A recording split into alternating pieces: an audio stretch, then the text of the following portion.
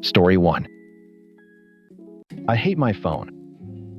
Not the device itself, it's a perfectly good soul-sucking rectangle of glass and aluminum, but the fact that it connects me to people I actively try to avoid. Specifically my family. The caller ID flashed Mom. I showed the screen to my wife Sarah, who was peacefully reading on the couch. She gave me a look that was 1 part pity, 2 parts don't you dare. I answered, "Hey Mom. Mark honey. Are you two on your way?" The forced cheerfulness was a weapon, and she was an expert marksman. On our way where I asked playing dumb. It was my only defense. The barbecue for your father. Don't tell me you forgot. I had absolutely 100% forgotten. On purpose. Ah, shoot. Sarah and I had plans, Mom. We were just heading out. Sarah shot me a glare. Liar.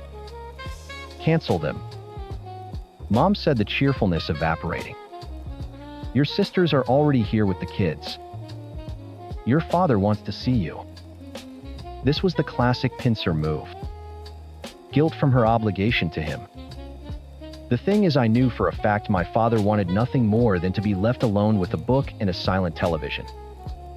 This wasn't for him. It was for her. It was always for her. Mark. She pleaded, her voice dropping into that whiny, manipulative tone that made my teeth ache. Please? Just for a little while. It would mean the world to your father. I looked at Sarah. She sighed, closed her book, and gave a tiny defeated nod. She knew, just like I did, that the hour of pain now would be better than the week of guilt trip voicemails that would follow if we refused. Fine, I grumbled. We'll be there in 20. But we can't stay long. Wonderful drive, safe click. Sarah stood up and stretched. How bad do you think it's going to be? On a scale of 1 to dumpster fire, I said, grabbing my keys. I'm betting on Inferno. I was an optimist. We pulled up to my parents' suburban home 20 minutes later, and the scene was already pure chaos. The front lawn looked like a vending machine had exploded, scattering juice boxes and chip bags everywhere. Shrill, indistinguishable screaming echoed from the backyard, punctuated by the tinny blast of some top 40 station I didn't recognize. Deep breaths. Sarah muttered as we got out of the car. Find your happy place. My happy place was anywhere but here. We walked through the side gate into the backyard, and it was like stepping onto the set of a disaster movie. My 2 sisters, Linda and Karen, were huddled by a cooler, already deep into a box of rosé.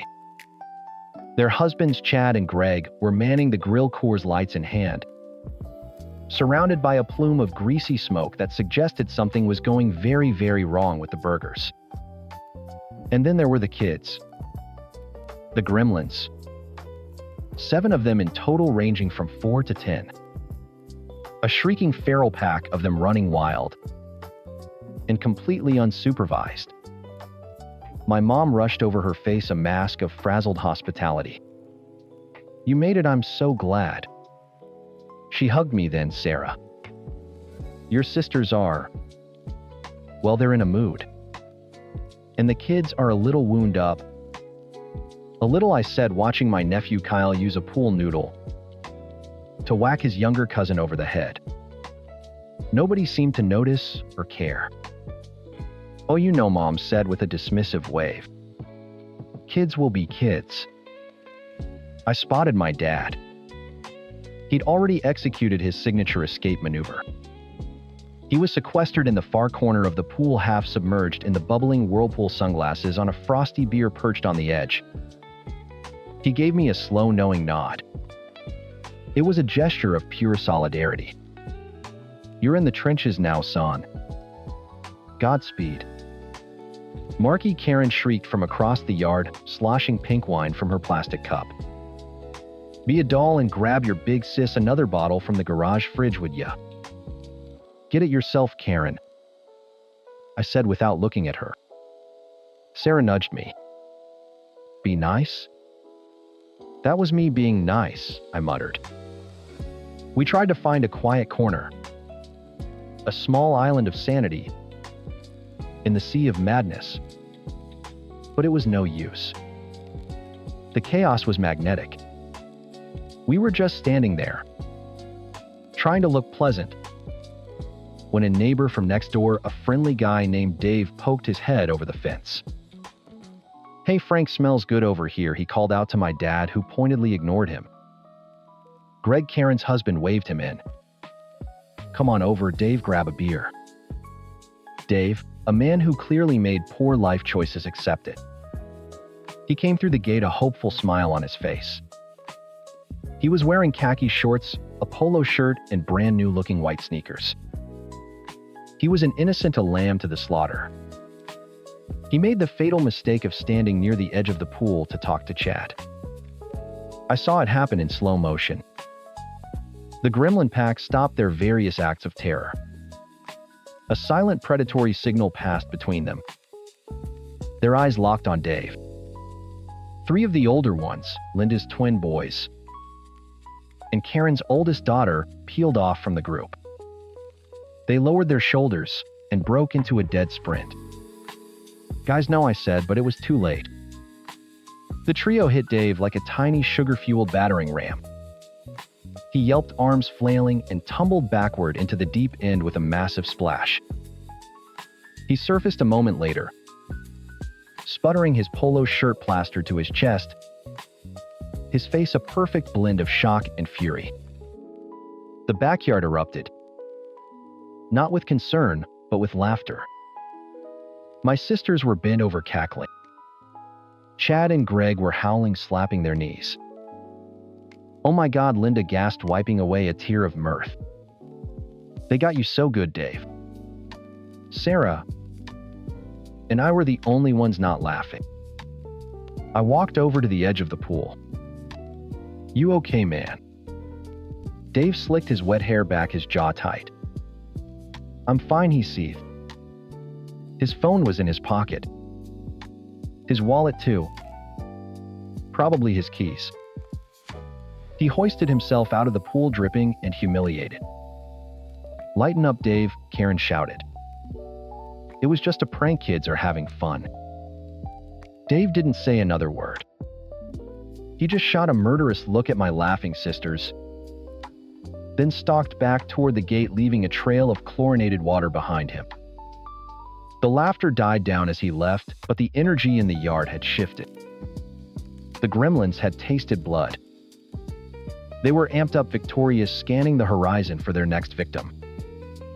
I tried to fade into the background, grabbing a bottle of water and retreating to a spot near the patio door. I just had to survive another 30 minutes. I could do it. I could be a ghost. But you can't hide from predators. I felt it before I saw it. A sudden quiet in the shrieking. A change in the air. I looked up from my water bottle and saw them. 3 of them. Kyle, Dylan, and Chloe. The same 3 who had sacrificed Dave to the pool gods. They were standing 20 yards away near the smoking grill. And they were staring right at me. A slow, wicked grin spread across Kyle's face. He nodded to the other 2. There was no mistaking the intent. I was standing maybe 5 feet from the pool's edge. I was the next target. They lowered their heads. They started to run. Their little legs churned, picking up speed, a thundering of tiny feet on the grass. They were a unified force of destruction, a heat-seeking missile of childhood malice aimed directly at my back. I had a split second, a single moment to decide. Let them hit me, sacrifice my phone, my wallet, my dignity, all for their parents' twisted amusement. Or not. Their gleeful war cry shrieks filled the air as they closed the distance. 10 feet? 5 feet. I saw them coming. I am Alexander, and here's your story. It wasn't a decision so much as an instinct. A flick of a switch between victim and not today. At the last possible fraction of a second, I took one simple calm step to my left. Physics did the rest. The three-child projectile having aimed for a stationary object that was no longer there had nowhere to go but forward. Their combined momentum was impressive. They shot past the spot where I'd been standing, a tangle of flailing limbs and surprised shrieks, and plunged directly into the deep end of the pool. The splash was enormous. For a single beautiful second, there was silence broken only by the sound of displaced water slapping against the concrete. Then all hell broke loose. "My baby's Linda!"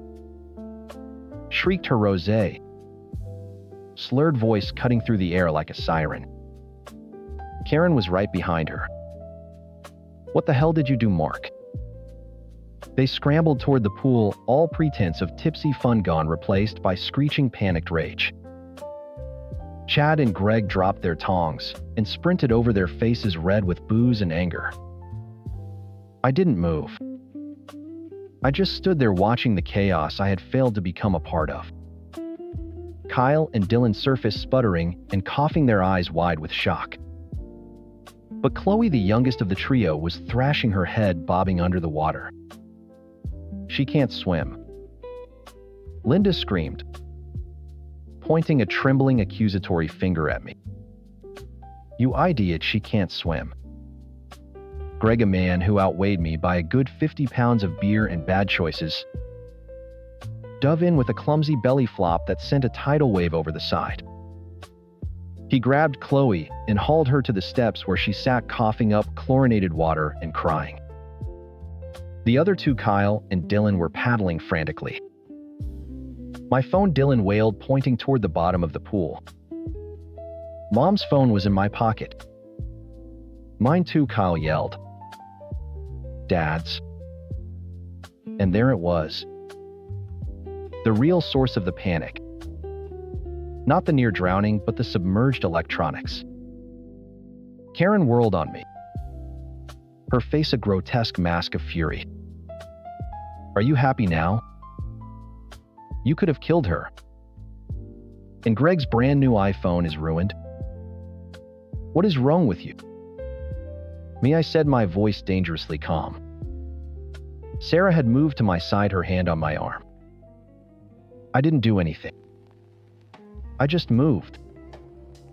Maybe if you were watching your children instead of power drinking cheap wine, they wouldn't have been using a human being as a bowling pin."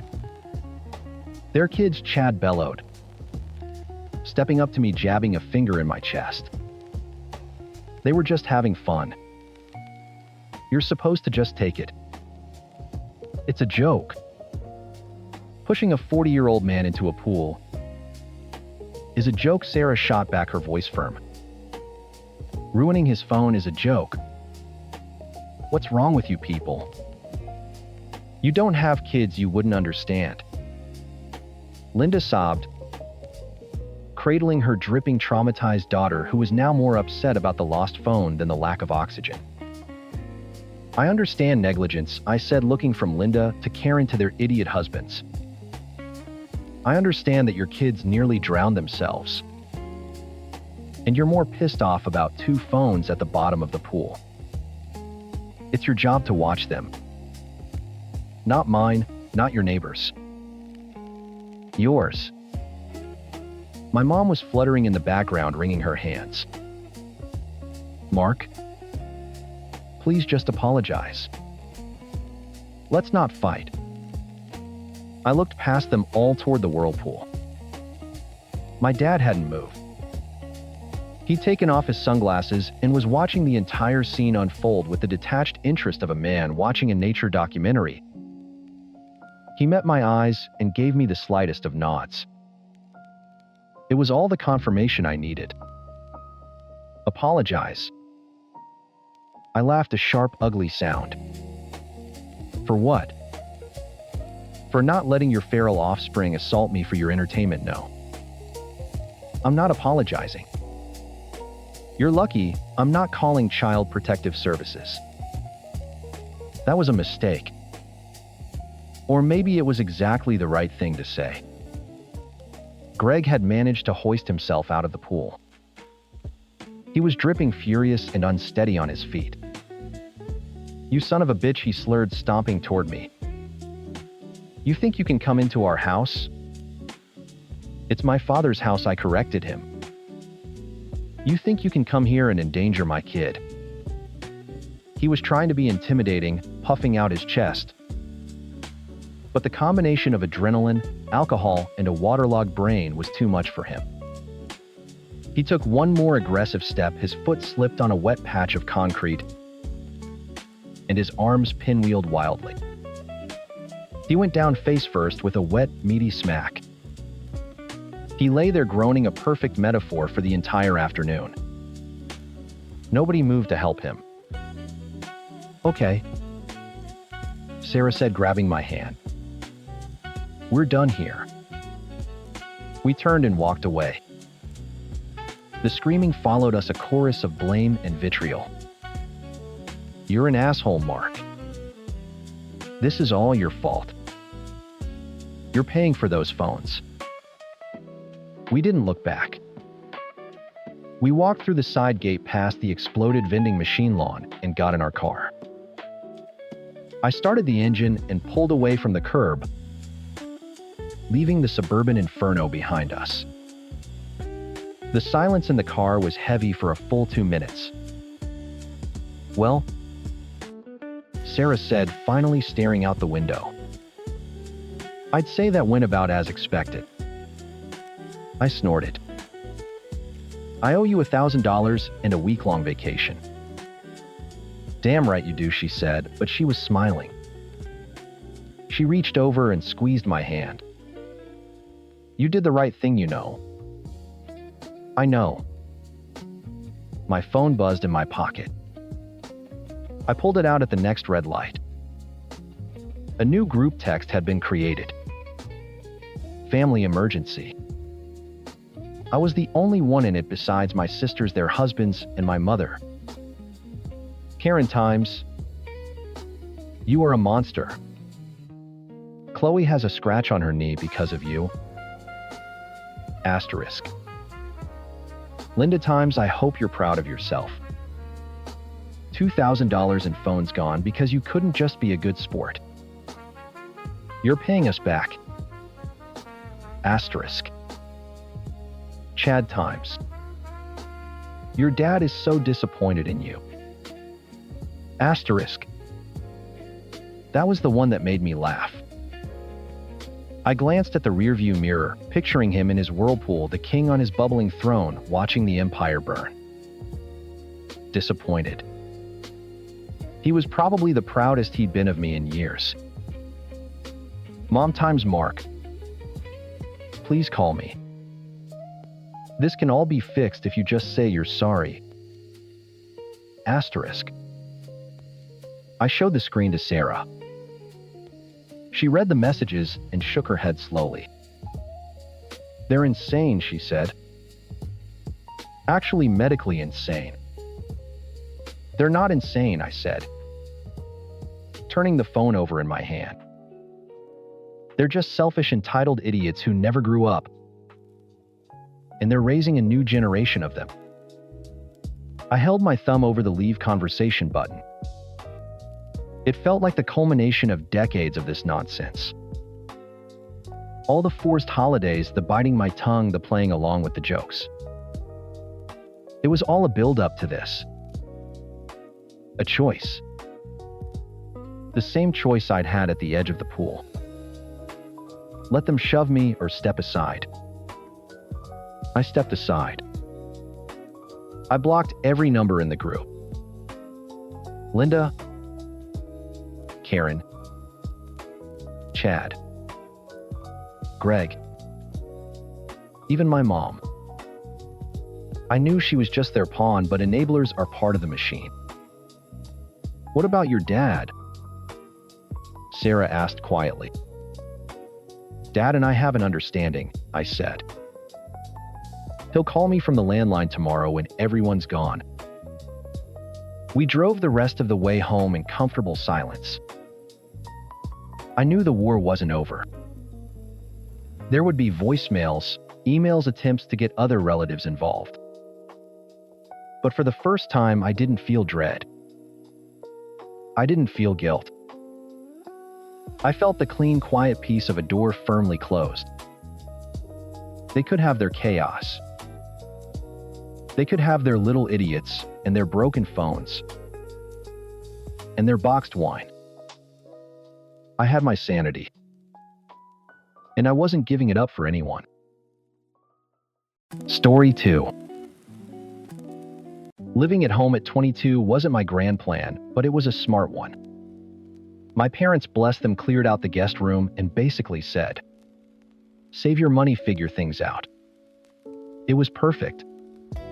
My dad and I would watch old action movies, my mom and I would gossip over tea.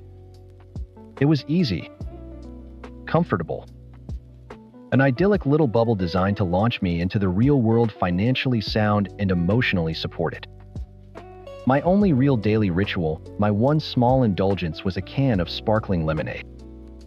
Not the sugary kind, but the zero sugar stuff in a slim silver can.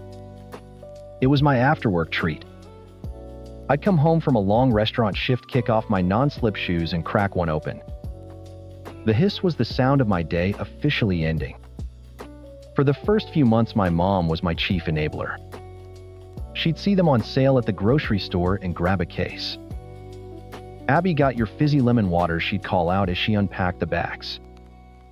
It was a little thing, but it felt like love. A shorthand for "I was thinking of you." Then about a month ago, the lemonade stopped appearing. The first week I figured she just forgot. No big deal. I added it to the shared digital shopping list. The next day, the item was deleted. I put it back. It was deleted again. I found her in the kitchen wiping down an already spotless counter. "Hey, Mom, did you see I added the lemonade to the list?" Her shoulders tensed. "Yes. We're not getting those anymore." "Oh. Okay," I said, confused. "Are they too expensive? I can give you cash for them." "It's not about the money, Abigail." She didn't look at me. Her voice was flat, cold. "Okay. So what is it about?" She turned the faucet on, a blast of water filling the silence. "We're just not." The conversation was over. It was so weird, so unlike her, that I just let it go. Maybe the company had a scandal or something. The next day on my way home from work, I swung by a gas station and bought a 1-2 pack myself. I walked into the house and set the cardboard box on the counter. My mom was on the couch reading. She looked up, her eyes zeroing in on the box like it was a live grenade. The smile on her face didn't just vanish. It was vacuumed away, replaced by a tight, thin line.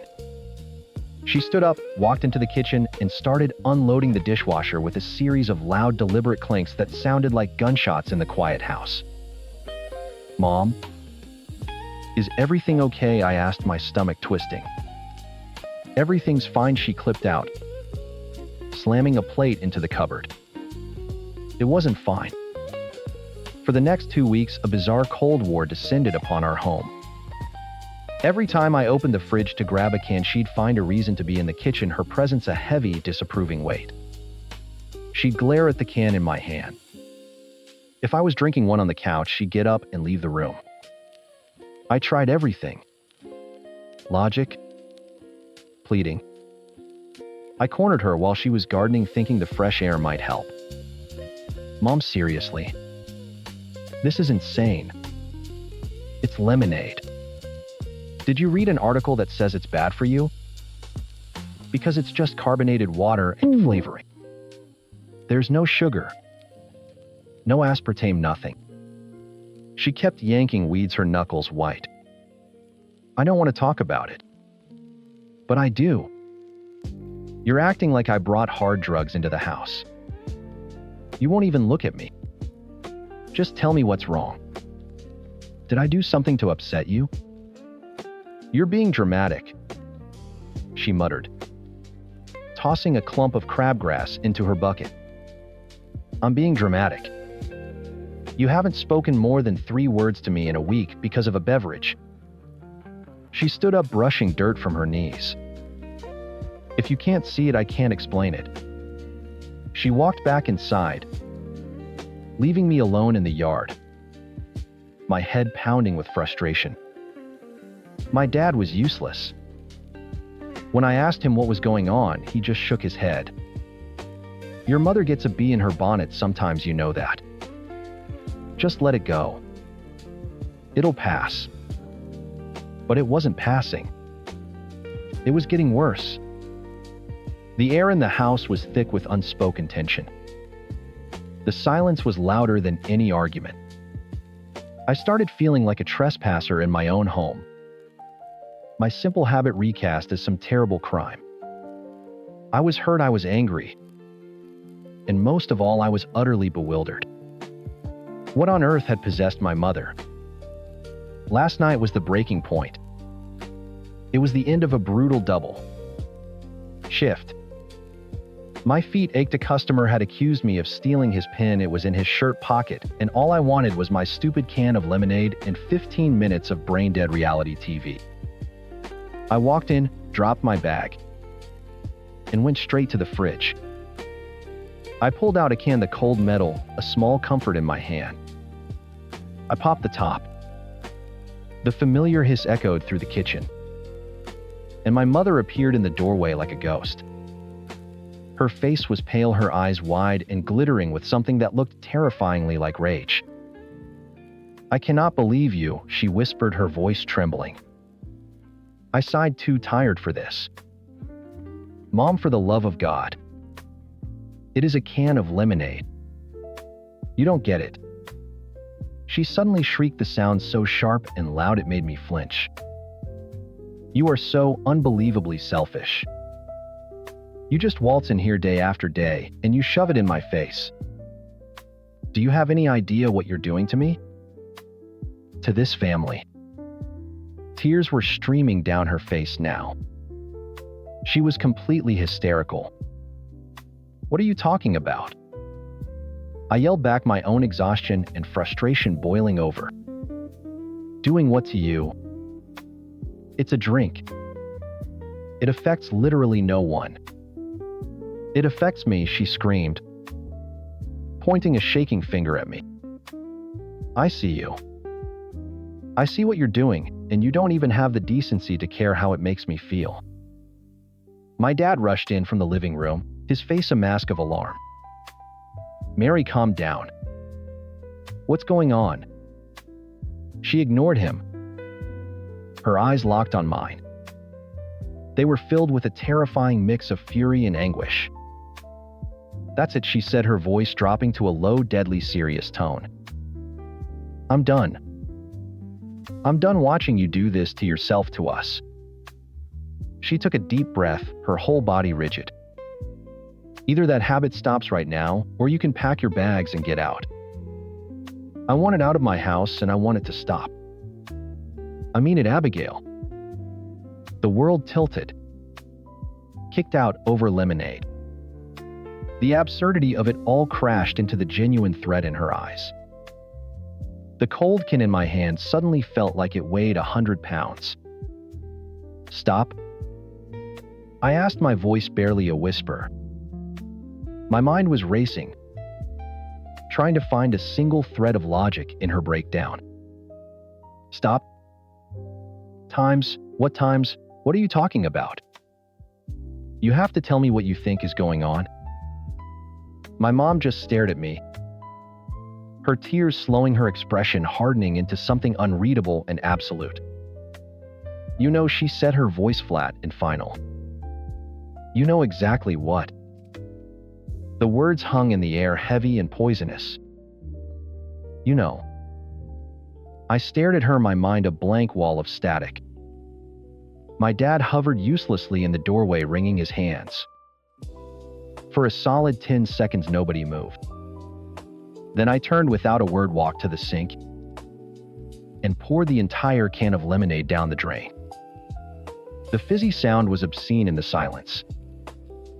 I rinsed the can, placed it in the recycling bin with a quiet click, and walked past both of them to my room.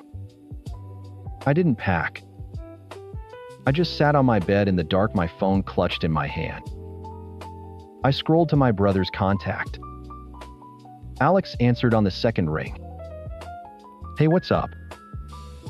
"Mom threatened to kick me out." I said, my voice flat. "What? Over what?" "Lemonade." Silence. Then a weary sigh. "I'll be there in an hour. Don't do anything stupid." An hour later, the four of us were sitting at the dining room table. It felt like a corporate intervention. Alex sat at the head, a self-appointed mediator. My dad was next to my mom, looking like he'd rather be anywhere else on earth. I sat opposite them, my hands folded neatly on the table. Alex cleared his throat. "Okay. Mom, Abby says you told her to stop her habit or move out. We need you to explain what that means. Right now." My mom stared at her hands, twisting her wedding ring. "She knows." "No," I said, my voice dangerously calm. "I really truly don't. I've spent a month trying to figure out what I did wrong, and I have nothing. So please just tell me. What is the habit you think I have?" She took a shaky breath and finally looked at me. Her eyes red-rimmed and full of a terrible misplaced certainty. "I saw a documentary a couple of months ago, Abigail, on eating disorders." The world stopped spinning. It was so far out of left field I almost laughed. "A documentary? Of course." "And I started paying attention," she continued, her voice gaining a frantic momentum, as she finally unleashed the theory she'd been building in her head. "It all fits. All the signs. You're so thin. You're always wearing those big baggy sweaters and sweatshirts even when it's not cold. Layers. That's what they do to hide their bodies." She pointed a trembling finger at my wrist. "And that watch. You never take it off. You're obsessed with it. Counting every step, every calorie you burn. It's a compulsion." My brother stared at her, his mouth slightly agape. I just watched her, a cold dread washing over me. "And the meals," she said, her voice rising. "I never see you eat a real meal anymore. You come home from work and you're never hungry for dinner. You just grab one of those cans." She finally looked at the invisible can of lemonade between us on the table, the source of all this madness. "And that's the biggest sign of all. 0 sugar. Low calorie. It's a safe drink. It fills you up so you don't have to eat real food. I looked it up online. It's what they all do." She leaned forward, her eyes pleading. "I tried to get you to stop. I stopped buying it. I got angry when you brought it home. I thought if I made it a big deal, you'd see that I knew. That you would stop hiding it." The silence that followed was profound. My dad was staring at my mom as if he'd never seen her before. Alex looked like he'd been poleaxed. I felt a strange sense of calm descend. The insanity finally had a name. I took a slow, deliberate breath. "Okay," I said, my voice even. "Let's go through your evidence." I met her gaze. "First, I'm thin." "Yes. So are you. So is Dad. It's called genetics, Mom. I have the same body I've had since I was 16. I tugged at the sleeve of my oversized crew neck. Second, my clothes. I work in a restaurant. I wear comfortable things. Sometimes I like the way they look. It's called style. Also, the walk-in freezer is 35 degrees. Layers are practical. I held up my wrist. Third, my Apple Watch. It was a birthday gift from Alex. It tells me the time. It shows me texts from my friends when my phone is in my locker. I have never once in my life opened the calorie counting app. I leaned forward, placing my hands flat on the table. And finally the meals and the lemonade. Mom, my shift starts at 3. We get a staff meal around 4. I work until 11. I come home around 11:30. You are in bed. I am not hungry for a full dinner at midnight. I am thirsty. And I don't like sugary drinks. I never have. I drink zero sugar lemonade because I like the taste. That is the beginning and the end of the story. Every word was a small, sharp pinprick in the balloon of her conspiracy. I watched it deflate, her certainty crumbling, replaced by a wave of dawning horror. Her face crumpled.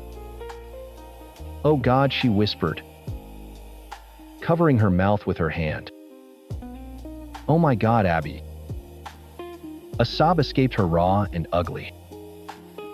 I was so scared. I saw that show and the girl, she looked like you.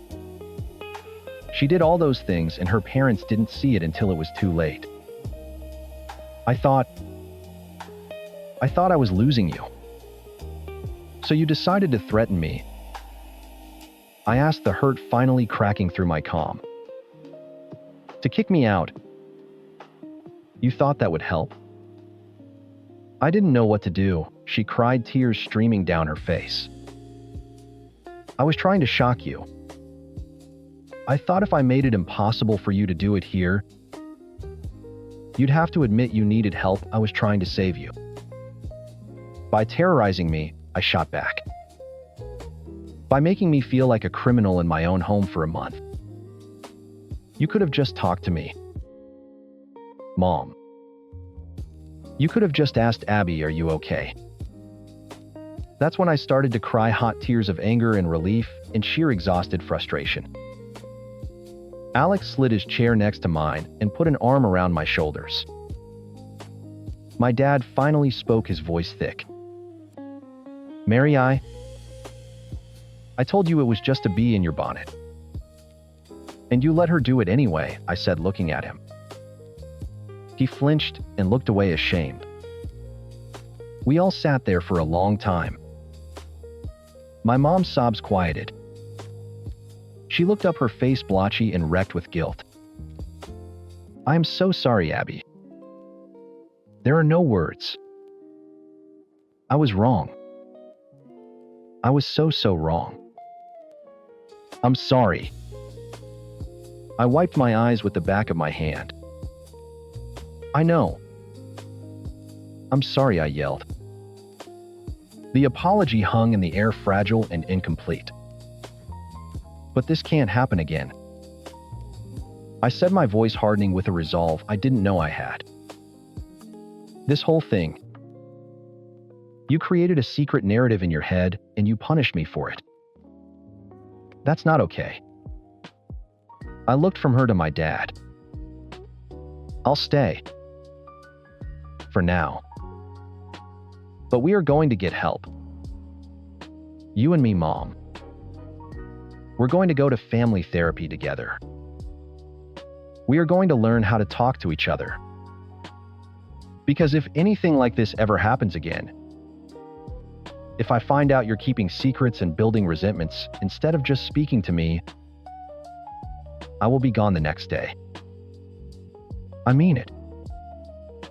She nodded, her eyes wide, accepting the terms of my surrender. The idyllic bubble was gone. It hadn't just been popped. It had been incinerated. Living at home was no longer easy or comfortable. It was conditional. My relationship with my mother, once the bedrock of my life, was now a fractured thing we had to carefully piece back together. Later that night, I went to the kitchen for a glass of water. Sitting on the counter was a single silver can of zero-sugar sparkling lemonade. A peace offering. I looked at it for a long time, then opened the fridge and just got the water.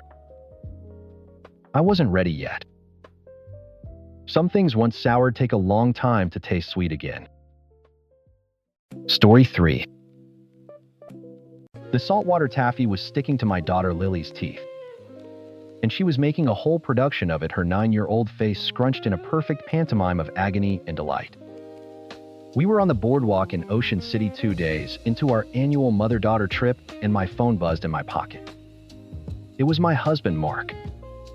"Hey, how are my girls?" he asked, his voice sounding stretched thin. "We're good. Lily's trying to glue her jaw shut with candy. How's Ellie holding up without us?" A pause. It was just long enough for the seagulls' cries to sound like alarms. "Judy, something's happened." My stomach went cold. Ellie was 13. A sweet, arthritic golden retriever who was more shadow than dog. "What is it? Is she okay?" She's gone," he said, his voice cracking on the last word. "I let her out in the backyard. I turned my back for a minute to take a work call. And when I went to let her back in, the gate was open. I've been looking for hours. I've driven all over. She's just gone." I sank onto a bench, the world tilting. Lily stopped her taffy pulling and looked at me, her eyes wide. "What's wrong, Mommy?" I put my arm around her. "Mark, are you sure? Did you check Mrs. Henderson's yard? You know she loves to sneak over there for treats." "I checked everywhere, Judy. Everywhere. I'm so sorry." He sounded devastated. He sounded like a husband who had lost the family dog. But something felt wrong. A little piece of grit in the mechanism. When he'd started working from home a year ago, his patience for Ellie had evaporated. He complained about her shedding the click-clack of her nails on the hardwood, the way she'd lie in the doorway of his home office. "It's like she's mocking my productivity," he'd grumbled more than once. His affection had curdled into a kind of low-grade constant annoyance, a jealousy I couldn't quite wrap my head around. He was jealous of a dog. We cut the trip short and drove the 3 hours home in near silence, Lily crying softly in the backseat. I tried to believe his story. A gust of wind, a faulty latch. An old dog getting confused. It could happen. But when we pulled into the driveway, Mark was on the front porch nursing a beer. He looked calm. Too calm. He hugged me, patted Lily's back, but his eyes were dry. There was no sign of the frantic man I'd spoken to on the phone. The house felt hollowed out. Ellie's water bowl was gone. Her bed in the corner of the living room had been put away. It was like he hadn't just lost her. He'd erased her. "I already put her things in the attic," he said, reading my mind. "Figured it would be too hard for you and Lily to see them." He thought he was being considerate, but it felt like a desecration. We spent the next 2 days in a fog of grief. Lily and I made missing posters with Ellie's best photo, the one where she has a goofy tongue-out grin. We taped them to telephone poles. Mark helped, but his movements were mechanical. He offered comforting words that landed like stones. She was old, babe. She had a great life. He wasn't grieving with us. He was managing our grief. For days after we got home, the landline rang. We never used the landline. It's basically a telemarketer hotline we keep for emergencies. It was also the number linked to Ellie's microchip. My heart hammered against my ribs as I snatched the receiver. Hello. Hi, is this the owner of a dog named Ellie? A kind professional voice asked. Tears sprang to my eyes. Hope fierce and blinding surged through me. Yes. Oh my God, yes. Is she okay? Where is she? She's a little dehydrated and tired, but otherwise she's fine. My name is Susan. I'm with the Good Shepherd Animal Rescue. Mark walked into the kitchen, his brow furrowed. I mouthed Times. They found her Times and his face went slack. Not with relief. With something else. Something I couldn't name. That's wonderful. Where are you located? I asked Susan, grabbing a pin. We're in Kearney, Nebraska. The pin fell from my fingers. I'm sorry, I must have misheard you. Did you say Nebraska? Yes, ma'am. A truck driver found her wandering near an interstate rest stop and brought her in this morning. Nebraska. We live in Pennsylvania. That's 1,000 miles away. It made no sense. How? How is that possible? We were wondering the same thing, Susan said gently. But the microchip is a match. After I hung up my mind reeling, I turned to Mark. His face was a closed door. What is it? I asked, my voice trembling. Nebraska, he scoffed, shaking his head. That's impossible. It has to be a mistake. It's not a mistake, Mark. They scanned her chip. It's her. He ran a hand over his face, and for the first time he looked agitated. He started pacing. Okay, I know what happened. Someone must have stolen her. Snatched her right out of the yard. They probably drove her out there and dumped her when they realized how old she was. Sick bastards. His explanation was a flimsy fishing net full of holes.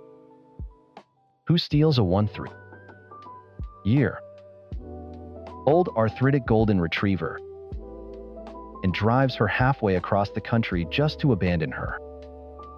The story he was spinning was more unbelievable than Ellie learning to teleport. My gut, that primal instinct I'd been silencing for days, was screaming at me now.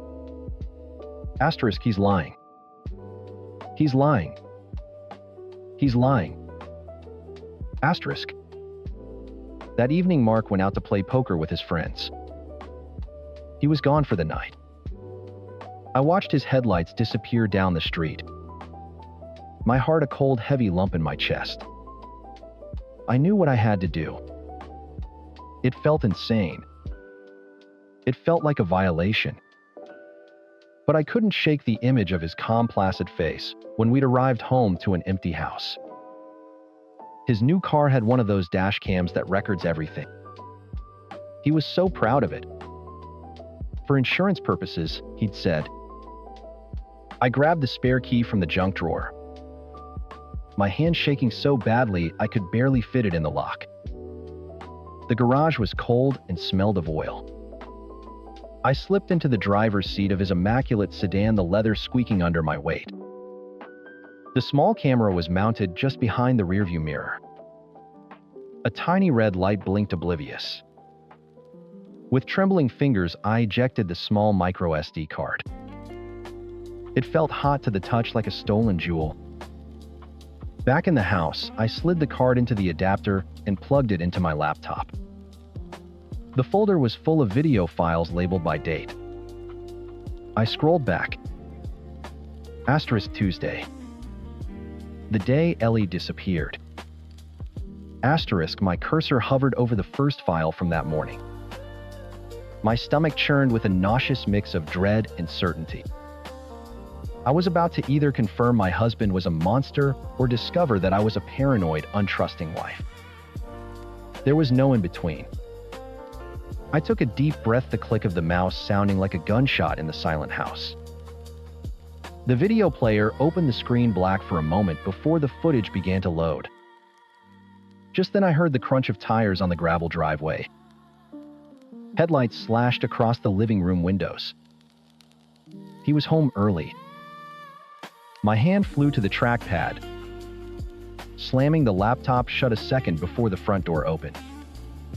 The click of the deadbolt sliding home sounded like a cell door locking. "Judy, you're still up?" Mark's voice was thick-laced with beer and poker night, bonhomie. He dropped his keys in the ceramic bowl by the door. "Couldn't sleep," I said, my own voice a stranger's. I didn't turn around from the kitchen table.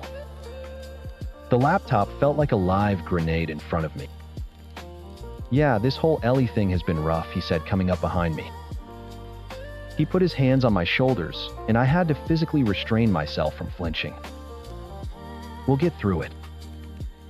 He kissed the top of my head and padded off toward the bedroom. I waited until I heard the shower turn on. Then, with a hand that felt disconnected from my body, I opened the laptop again. I pressed play. The footage was timestamped Tuesday morning, 9:14 a.m. The camera showed our street, then the turn onto the highway. Mark was humming along to the radio. Ellie was in the passenger seat, her graying muzzle resting on the center console. She looked calm, happy to be on a car ride with her person. My stomach twisted. He drove for hours.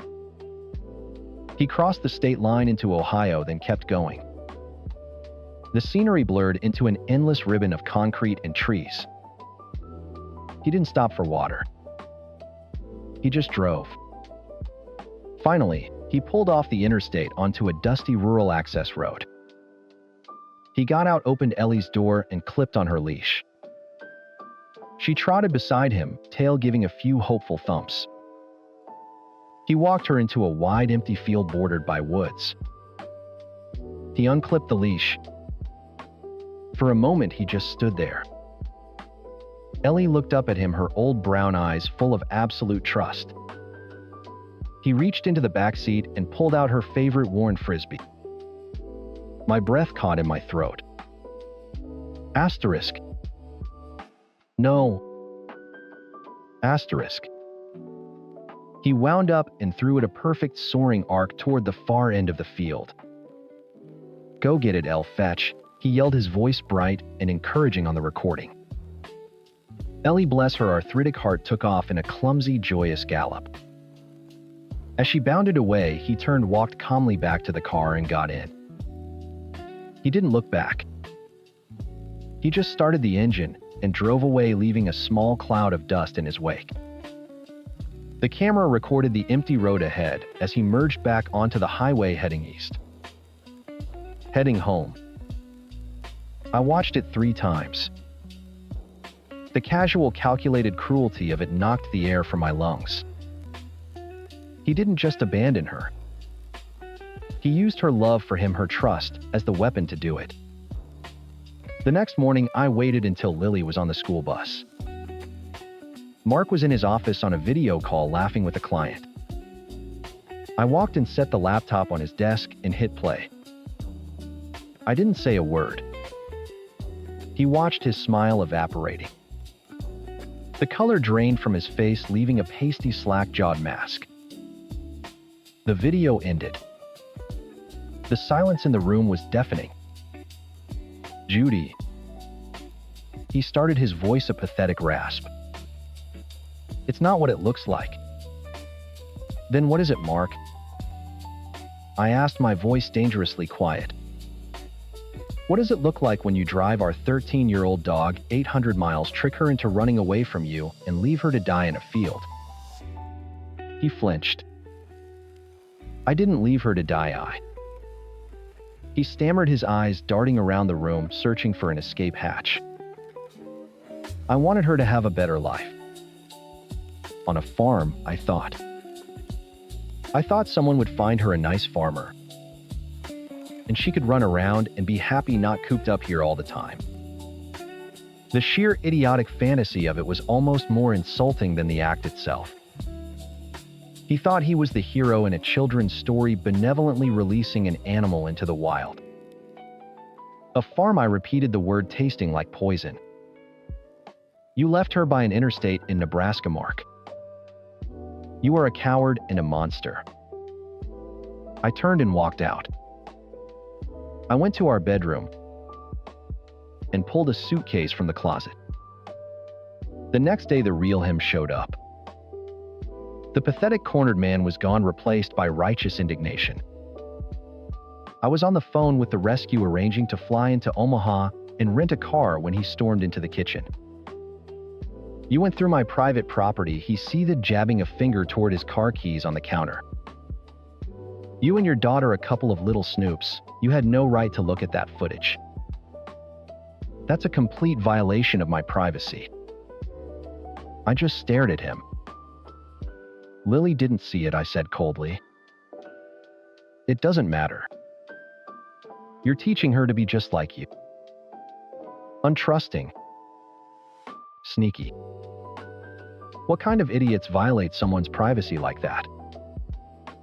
And there it was. Not remorse, not shame. Just rage that he'd been caught. His crime wasn't the issue. My discovery of it was. In his mind, times I times was the one who had betrayed times him asterisk. That afternoon, I packed Ellie's remaining things, her favorite squeaky hedgehog, the plaid blanket she slept on, into a box. I drove it to my parents' house and told them everything. My dad, a man of few words, just clenched his jaw and nodded. My mom held me while I finally broke down and cried, not for my marriage, but for my sweet, loyal dog who deserved so much better. When I got home, I started gathering documents. Bank statements, car titles, mortgage paperwork, his 401k login that I knew he never changed. I moved them into a folder on a thumb drive. A cold, methodical purpose settling over me. This wasn't just about leaving. This was about surviving. Mark found me in the office printing our last 2 years of tax returns. What the hell are you doing? He demanded. I'm getting my affairs in order, I said, not looking up from the printer. This is insane, Judy. You're throwing away 12 years of marriage over a dog. His voice cracked with disbelief. I did it for us, so I could focus on my work, so the house would be cleaner. It was for her own good too. I told you, the farm. Stop talking about the farm, I finally yelled, whirling to face him. There is no farm. There is only your selfishness and your cruelty. He took a step back, stunned by my fury. You have to trust me, he pleaded, his voice suddenly soft, manipulative. I'm your husband. I love you. I laughed, a harsh, ugly sound. Trust you. You've been complaining about that dog since you started working from home. You told me she was ruining the aesthetic of your office. You said my worrying about her arthritis was unattractive. You were jealous, Mark. You were jealous of a sick old dog. Because I loved her, and she took up a sliver of my time. This isn't about Ellie. This is about you. Your ego is so fragile you couldn't handle not being the center of attention for 5 minutes. The truth of it hung in the air between us, stark and undeniable. I saw it all now, the little misogynistic digs disguised as jokes, the subtle ways he'd isolated me from my friends, his resentment of anything that brought me joy outside of him. Ellie's abandonment wasn't an isolated incident. It was a symptom of a sickness I had refused to see. I pulled the last page from the printer and slipped the whole stack into a manila envelope. I'm going to Nebraska tomorrow to get my dog. When I get back, I'm moving in with my parents. Lily's coming with me. You'll be hearing from my lawyer. I walked past him, my suitcase bumping against the doorframe. For the first time in days, I didn't feel broken. I felt clear. The man in my house was a stranger, and I was finally on my way to a rescue. We both were. Story 4. My name is Barbara, but you could call me Ben's sister. And everyone in my house would know who you were talking about. My actual name is just a placeholder, a word my parents use when they need a free babysitter. It's always been this way. My brother Ben is autistic. Not the quirky genius kind you see in movies. The screaming, hitting, can't handle a wrinkle in his sock kind. And my entire life has been shrink-wrapped around his needs, his schedule, his meltdowns. My 5th grade choir concert, Mom missed it because Ben refused to wear anything but his Batman pajamas, and she had to wrestle him for an hour. I remember standing on the risers, a stupid red bow, and my hair scanning the crowd for her face. Instead, I found Mrs. Davison, my best friend Rachel's mom, who gave me a huge thumbs up and mouthed, "You were amazing." She had a bouquet of carnations for me afterward. My mom handed me a cold slice of pizza when I got home and said Ben finally calmed down. When I made the varsity soccer team as a freshman, Dad was out of town for work. Mom was supposed to take me to the first practice. I waited by the door, cleats tied, shin guards digging into my calves for 45 minutes.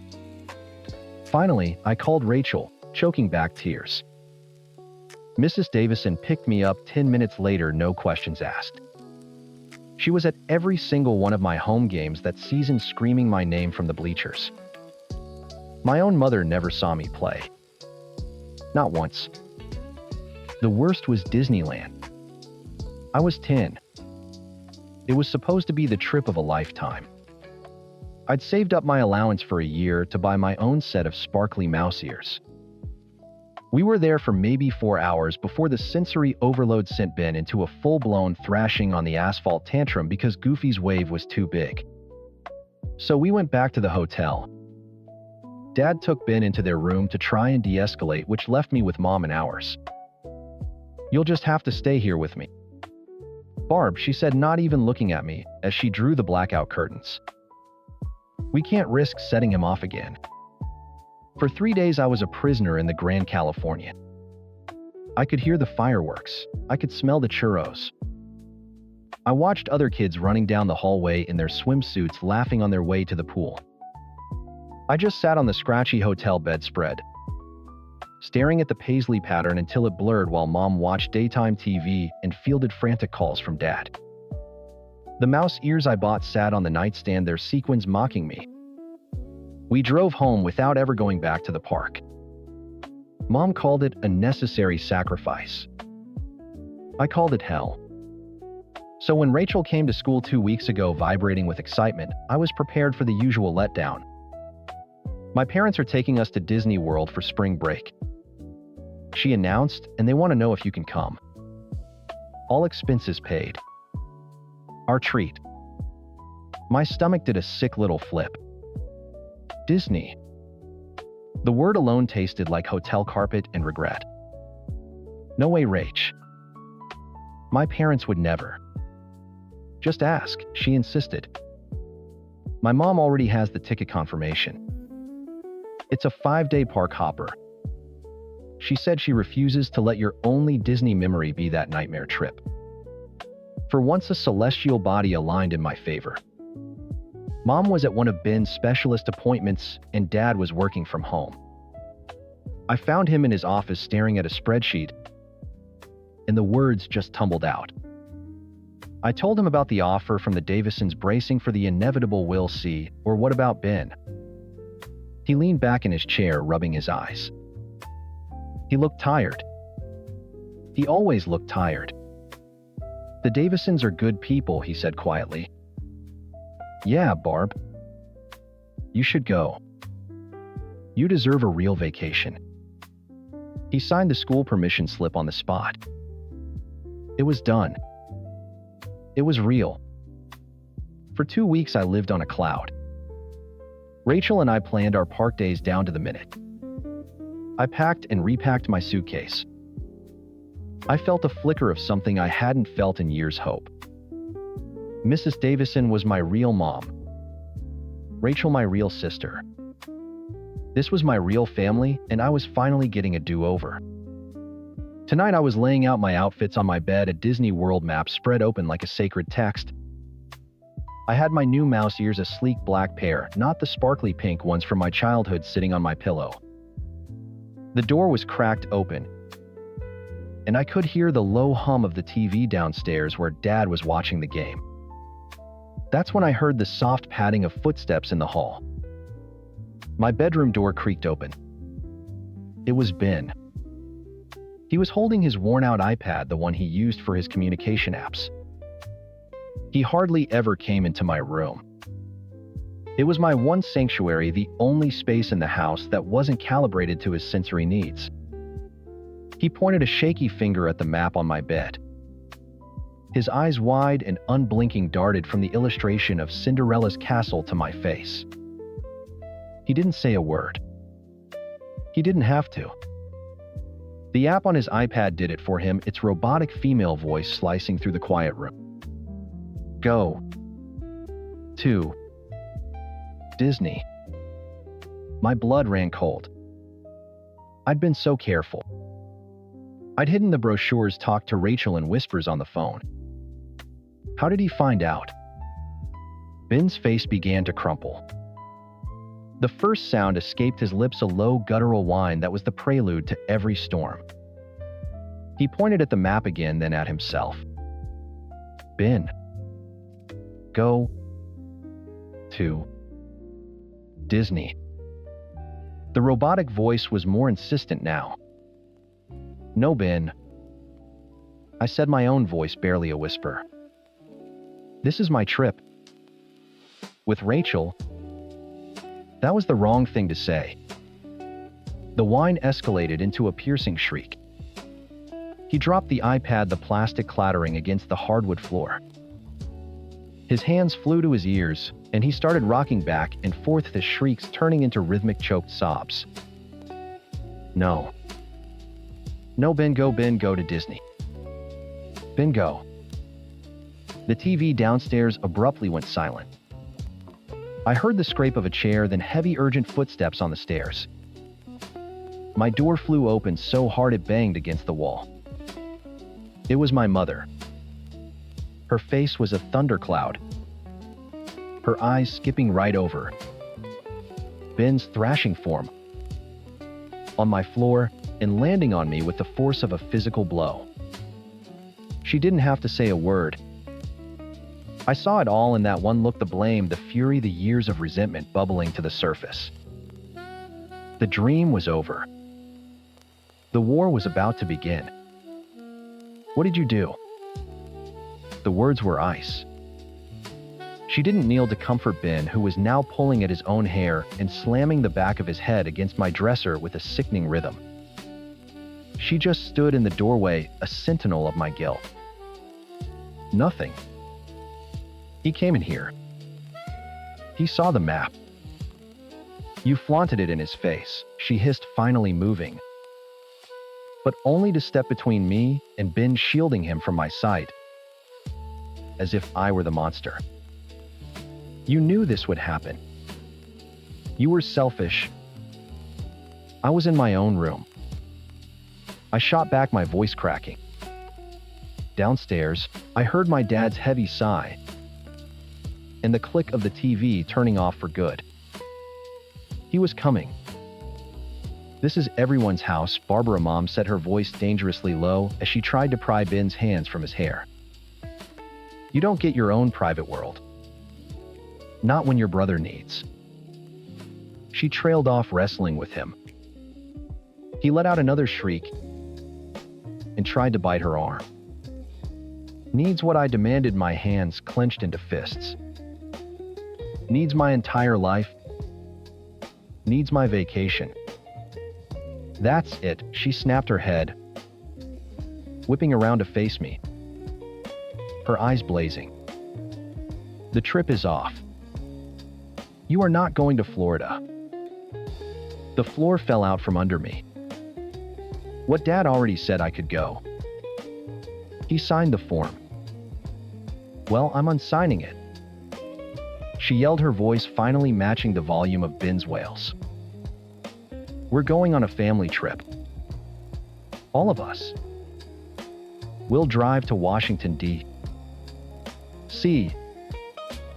We'll see the monuments. A 14-hour car ride with Ben.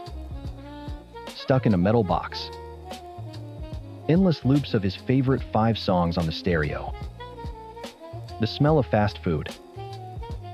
Backs. Stopping at every other rest stop. Because the hum of the tires was too loud or too quiet. It was Disneyland all over again. But worse. It was a punishment. I'm not going. I said the words, feeling alien and powerful in my mouth. Oh, you're going, she said, a cruel little smile touching her lips. Because this family does things together. This family does things for Ben, I screamed, the last thread of my control snapping. My entire life is one long sacrifice for him, and I'm done. He can't help it, she screamed back. He's your brother. He's younger than you and he has autism. His feelings are more important right now. There it was. The truth I had swallowed my entire life finally said out loud. Not a sacrifice, but a hierarchy. And I was at the bottom. Something inside me didn't just break. It detonated. I don't care, the shriek ripped out of my throat, raw and full of a hate that scared even me. Ben flinched, his own cries momentarily silenced by the sheer venom in my voice. Mom stared, her mouth agape. I don't care about his feelings. I don't care that he has autism. What about me? What about my feelings for once in my goddamn life? I hate this house. I hate you. And I wish he was never born. The final words hung in the air, thick and poisonous. I said them right to Ben's face. His wide, terrified eyes locked on mine. The tantrum rebooted, but this time it was different. It was a sound of pure terror.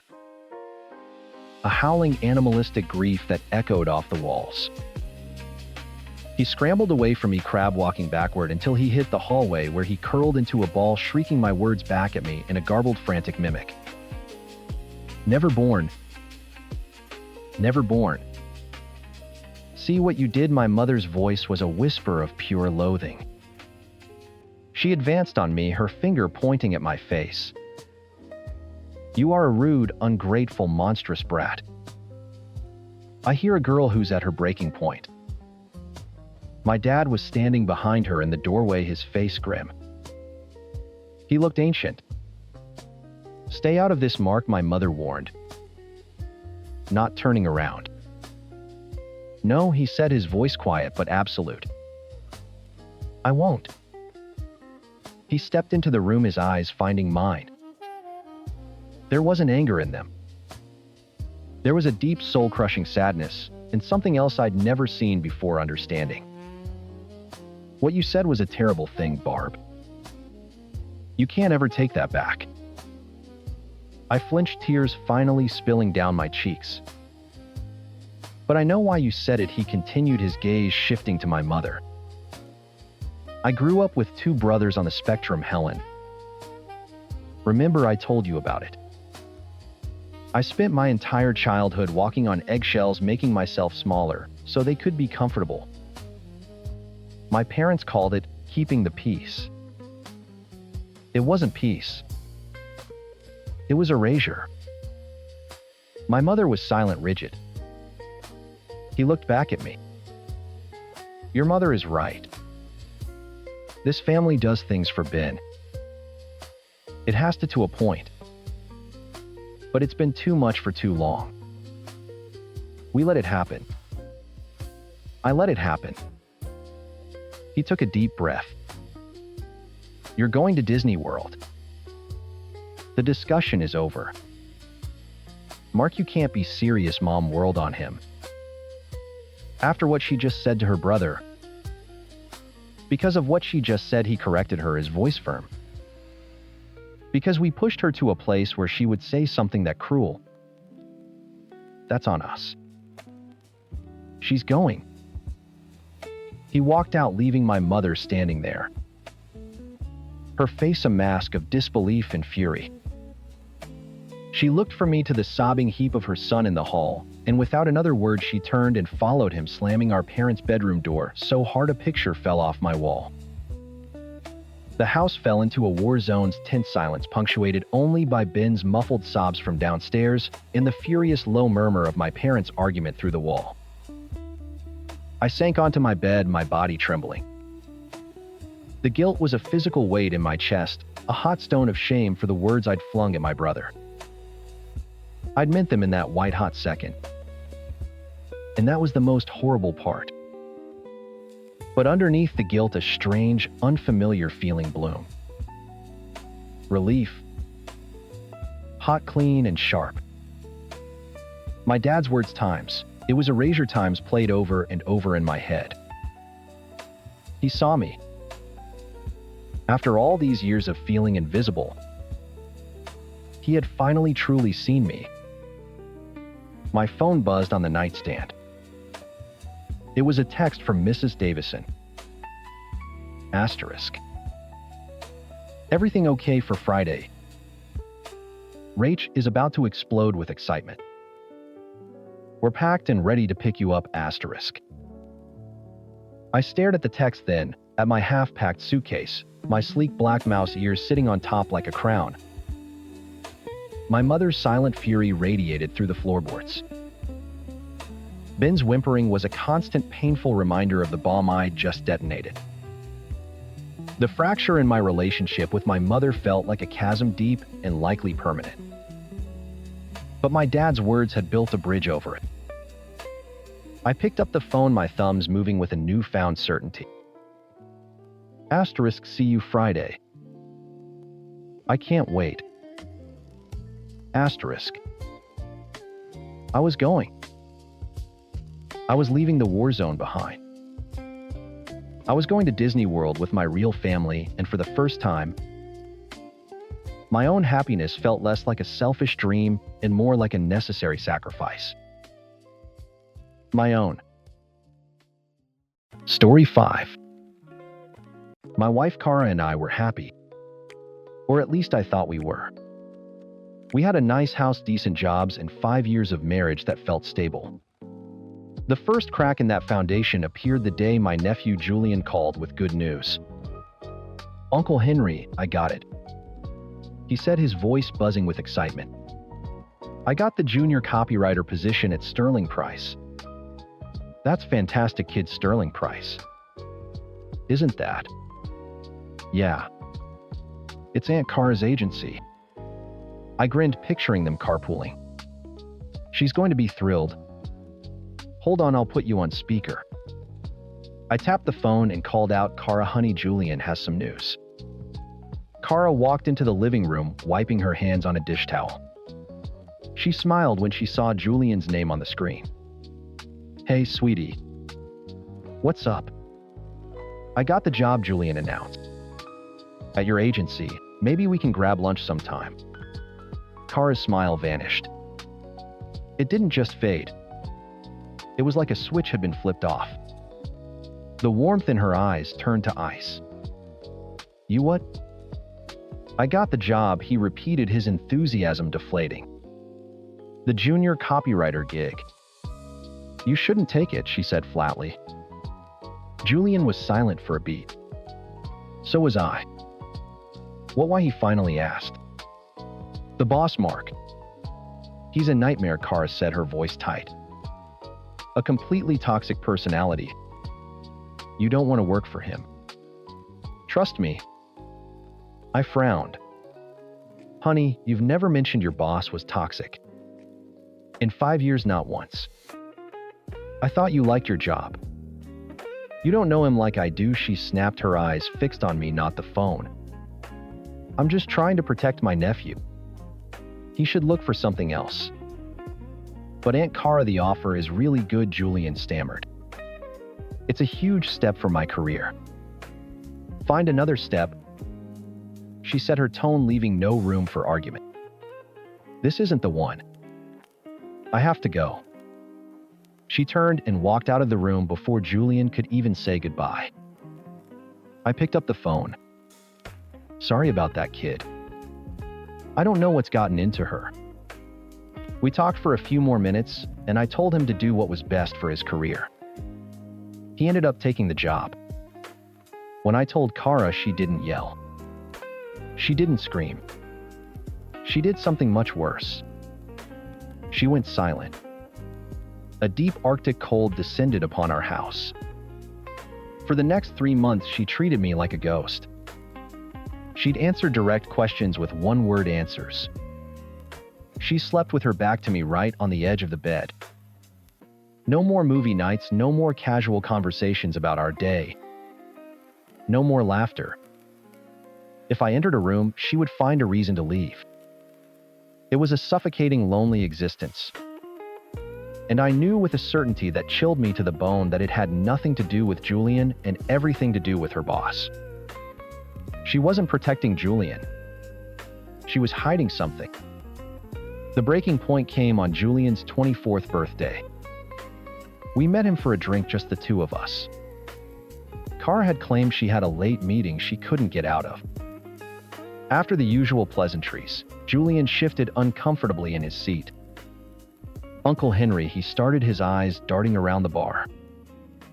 I don't want to cause any trouble, but things at the office are weird.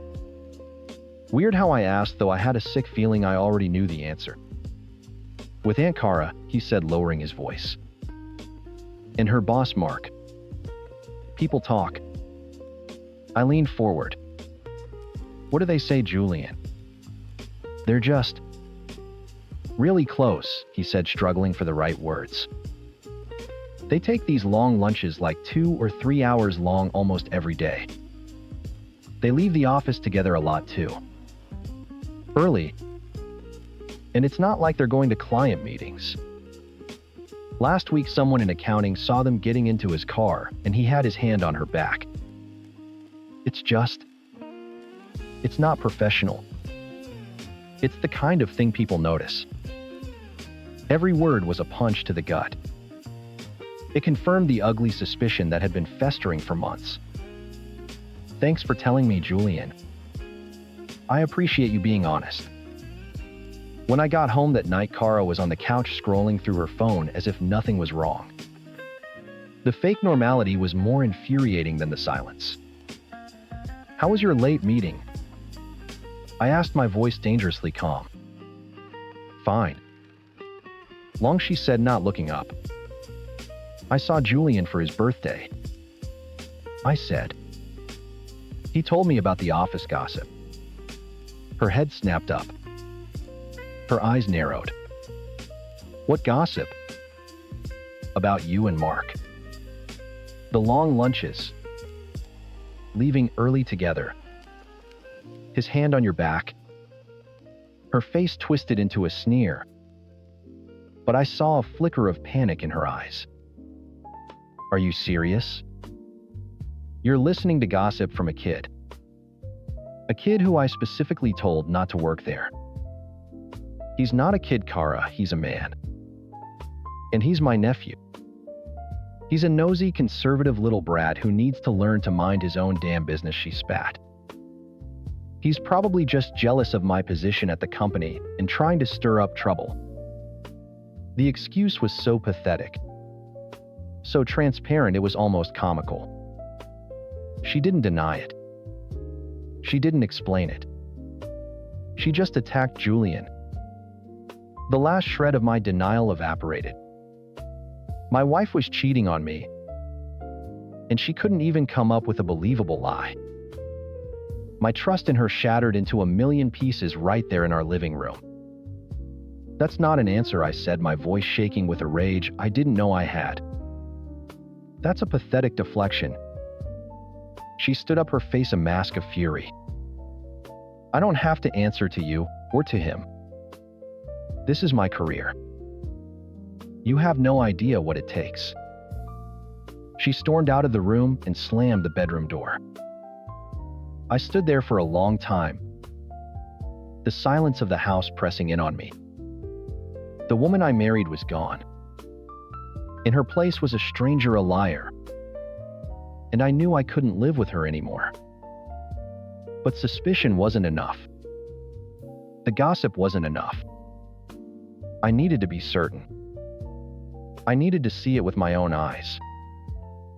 I pulled out my phone and dialed Julian's number. He answered on the first ring. "Uncle Henry, is everything okay?" My voice was a low whisper. "I need you to do something for me. I need proof, Julian. Hard proof. Can you get it for me?" There was a long silence on the other end of the line. Then a hesitant, "Uncle Henry, are you sure?" "I've never been more sure of anything in my life," I said, my voice cold and hard. "I need to know."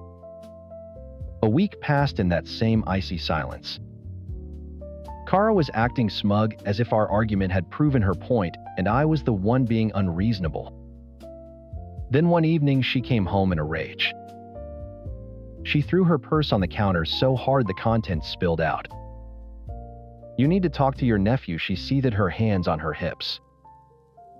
"Oh, what about?" I asked, not looking up from the book I was pretending to read. "He's watching me at work. He's stalking me. I saw him today looking at me from down the hall. It's creepy and unprofessional, and you need to tell him to stop." So, he was getting close. "Maybe he just wants to ask his aunt for career advice," I said, dryly. "This isn't a joke, Henry. I'm going to file a complaint with HR if he doesn't back off."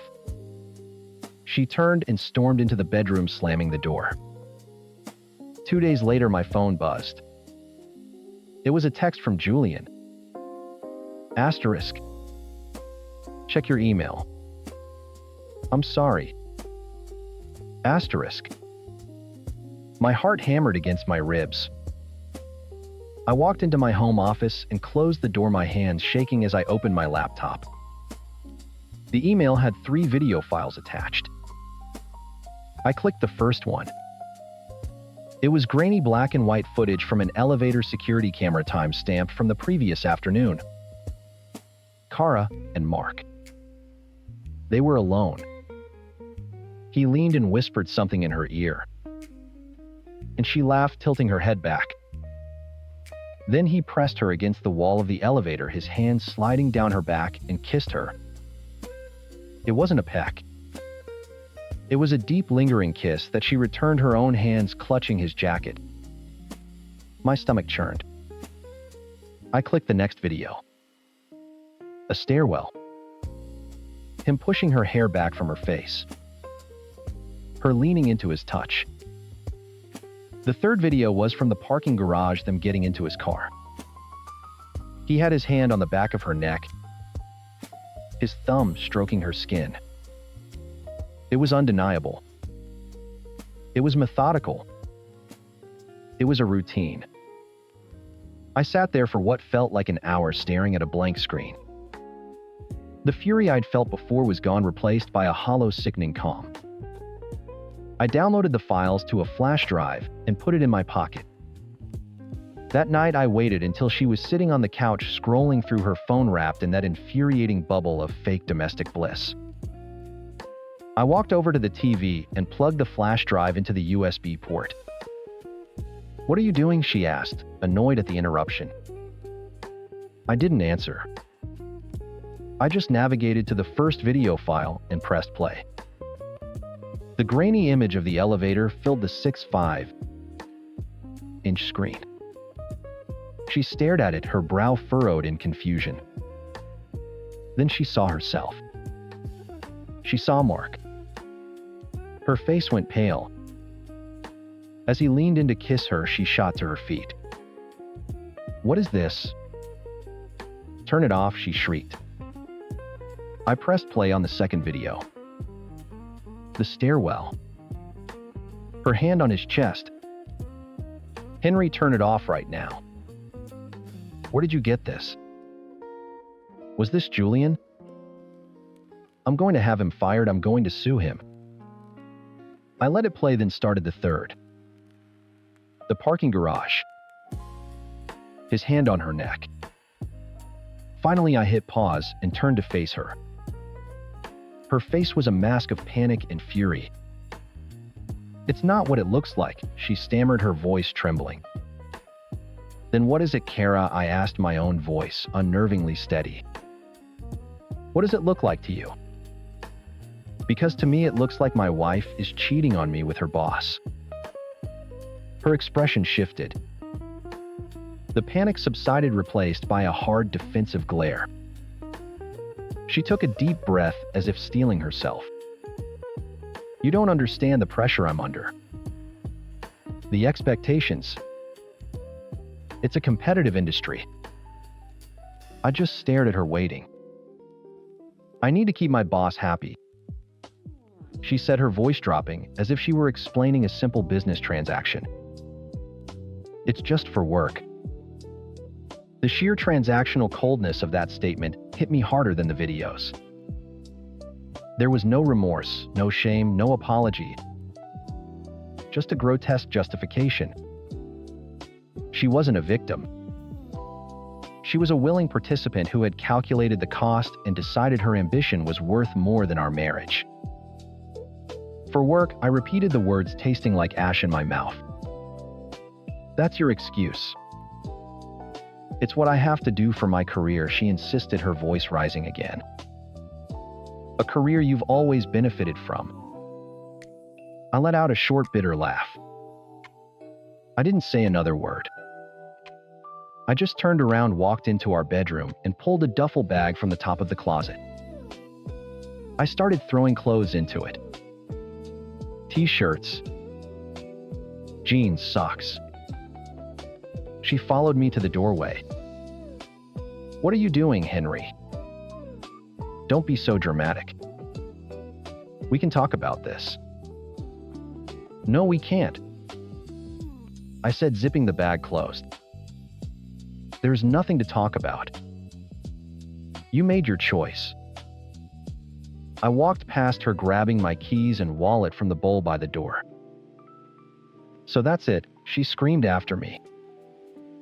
5 years, and you're just going to walk out?" I paused at the door and looked back at her, the stranger standing in the ruins of our home. "You walked out a long time ago, Kara." "I'm just catching up." I closed the door behind me and never looked back.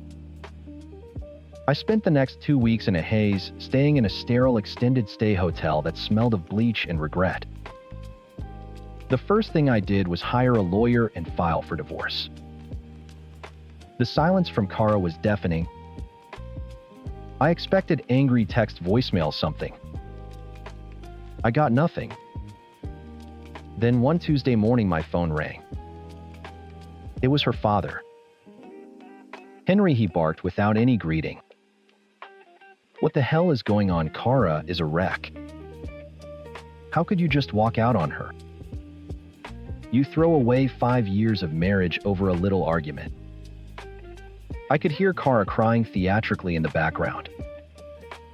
She'd spun her story well. I was the villain, the one who abandoned his poor, devoted wife. "Frank," I said, my voice tired. "You have no idea what you're talking about. I know my daughter, and I know she's been a good wife to you. You owe her an apology.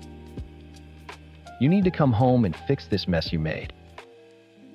I was done. Done with the lies, the manipulation, the gaslighting. "You know what, Frank? You're right. I'll clear things up. I hung up on him. I opened my email, attached the 3 video files, and typed his email address in the recipient line. For the subject, I wrote Times.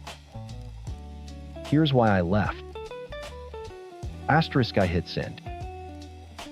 I waited. 5 minutes later, my phone rang again. It was Frank. I let it go to voicemail. He didn't leave a message. He didn't call again. A week later, I was served with Kara's response to my divorce filing. She was contesting it. She denied any wrongdoing and was demanding half of everything plus significant monthly alimony. Her justification was that her career-focused sacrifices had contributed to my own success, and she deserved to be compensated. The betrayal felt fresh all over again. There was no shame, only entitlement. I sank into a deep depression, the weight of it all crushing me. But looking at those legal papers, something else surfaced through the fog: resolve. She wasn't going to break me. I had the truth on my side. The fight would be ugly, but I would get through it. I had to. For Julian, who had risked his job to help me, and for myself, because the man who walked out that door deserved a life that wasn't built on a lie. Story 6. The phone buzzed on my desk, a low, angry vibration against the polished wood. I glanced at the screen. A single text from Chloe. Asterisk, he knows. Mark knows everything. Asterisk. My blood went cold. Not a slow chill, but an instant icy shock. Like being dropped into a frozen lake. I snatched the phone, my thumb hovering over her name. My office, with its view of the city and the stupid motivational poster about synergy, suddenly felt like a cage. My tie felt like a noose. For 6 years, it was a clean, separate box. That was the rule. My life was with Sarah, my wife. The 90%, she was the mortgage, the PTA meetings, the Saturday morning trips to the farmer's market, the inside jokes nobody else got. She was the warm weight next to me in bed, the mother of my 2 kids, the anchor of my entire world. I loved her. That was never the question. Chloe was the other 10%. The box. She was the dark bars, with no names, the anonymous hotel rooms, the things I wanted that Sarah didn't. The kinks, the specific dirty little appetites that didn't fit into our clean suburban life. It was just a release valve. A biological need, compartmentalized and controlled. It meant nothing more than that. I told myself that so many times it felt like gospel. Now Mark knew. And the box was about to explode all over the 90%. I drove home on autopilot, my knuckles white on the steering wheel. Every red light was an eternity. Every passing car held a potential threat. Was that him? Did he follow me? My heart hammered against my ribs, a frantic, trapped bird. When I walked through the door, the smell of roasting chicken hit me. My 7-year-old daughter, Maya, ran at me, wrapping her arms around my leg. Daddy, we made cookies. Sarah was at the stove, a little flour smudged on her cheek. She smiled at me, that easy, familiar smile that always made my shoulders drop an inch. Hey you. Rough day. The usual, I managed to say, my voice sounding hollow in my own ears. I watched her move around the kitchen, her hair tied up in a messy bun. I watched my son Ben meticulously setting the table, arguing with his sister about who got the blue cup. This was it. The calm before the storm. This perfect, fragile little world I had built, and the wrecking ball was already swinging. A wave of love so fierce and protective it almost buckled my knees, washed over me. I would do anything to keep this. Anything. Later that night, I met my older brother Leo at a dive bar downtown. He already knew the situation. I'd sent him a frantic one-line text. He slid a whiskey toward me without a word. So the apocalypse is nigh, he said, taking a long drink of his beer. He's going to tell her, Leo. I know it. 6 years. She's never going to forgive me. Leo swirled the ice in his glass. He'd been through a messy divorce himself. He was my designated expert on marital implosion. Okay. First things first. Get your story straight. What was she to you? Nothing. I said maybe too quickly. You know what it was. An outlet. It wasn't emotional. Good. That's your mantra, he said, pointing a finger at me. It meant nothing. You were in a bad place, you made a stupid mistake, and it was purely physical. You were weak, not evil. Got it. I nodded, grabbing onto the words like a life raft. Weak, not evil. When she confronts you, and she will, you don't confess. You react. She'll have evidence, text, whatever. Don't try to deny the act, just deny the meaning. You cry. You tell her she's the only one you've ever loved. You tell her this other woman was a symptom of your own insecurity, a disgusting mistake that has nothing to do with her or your marriage. You beg. You grovel.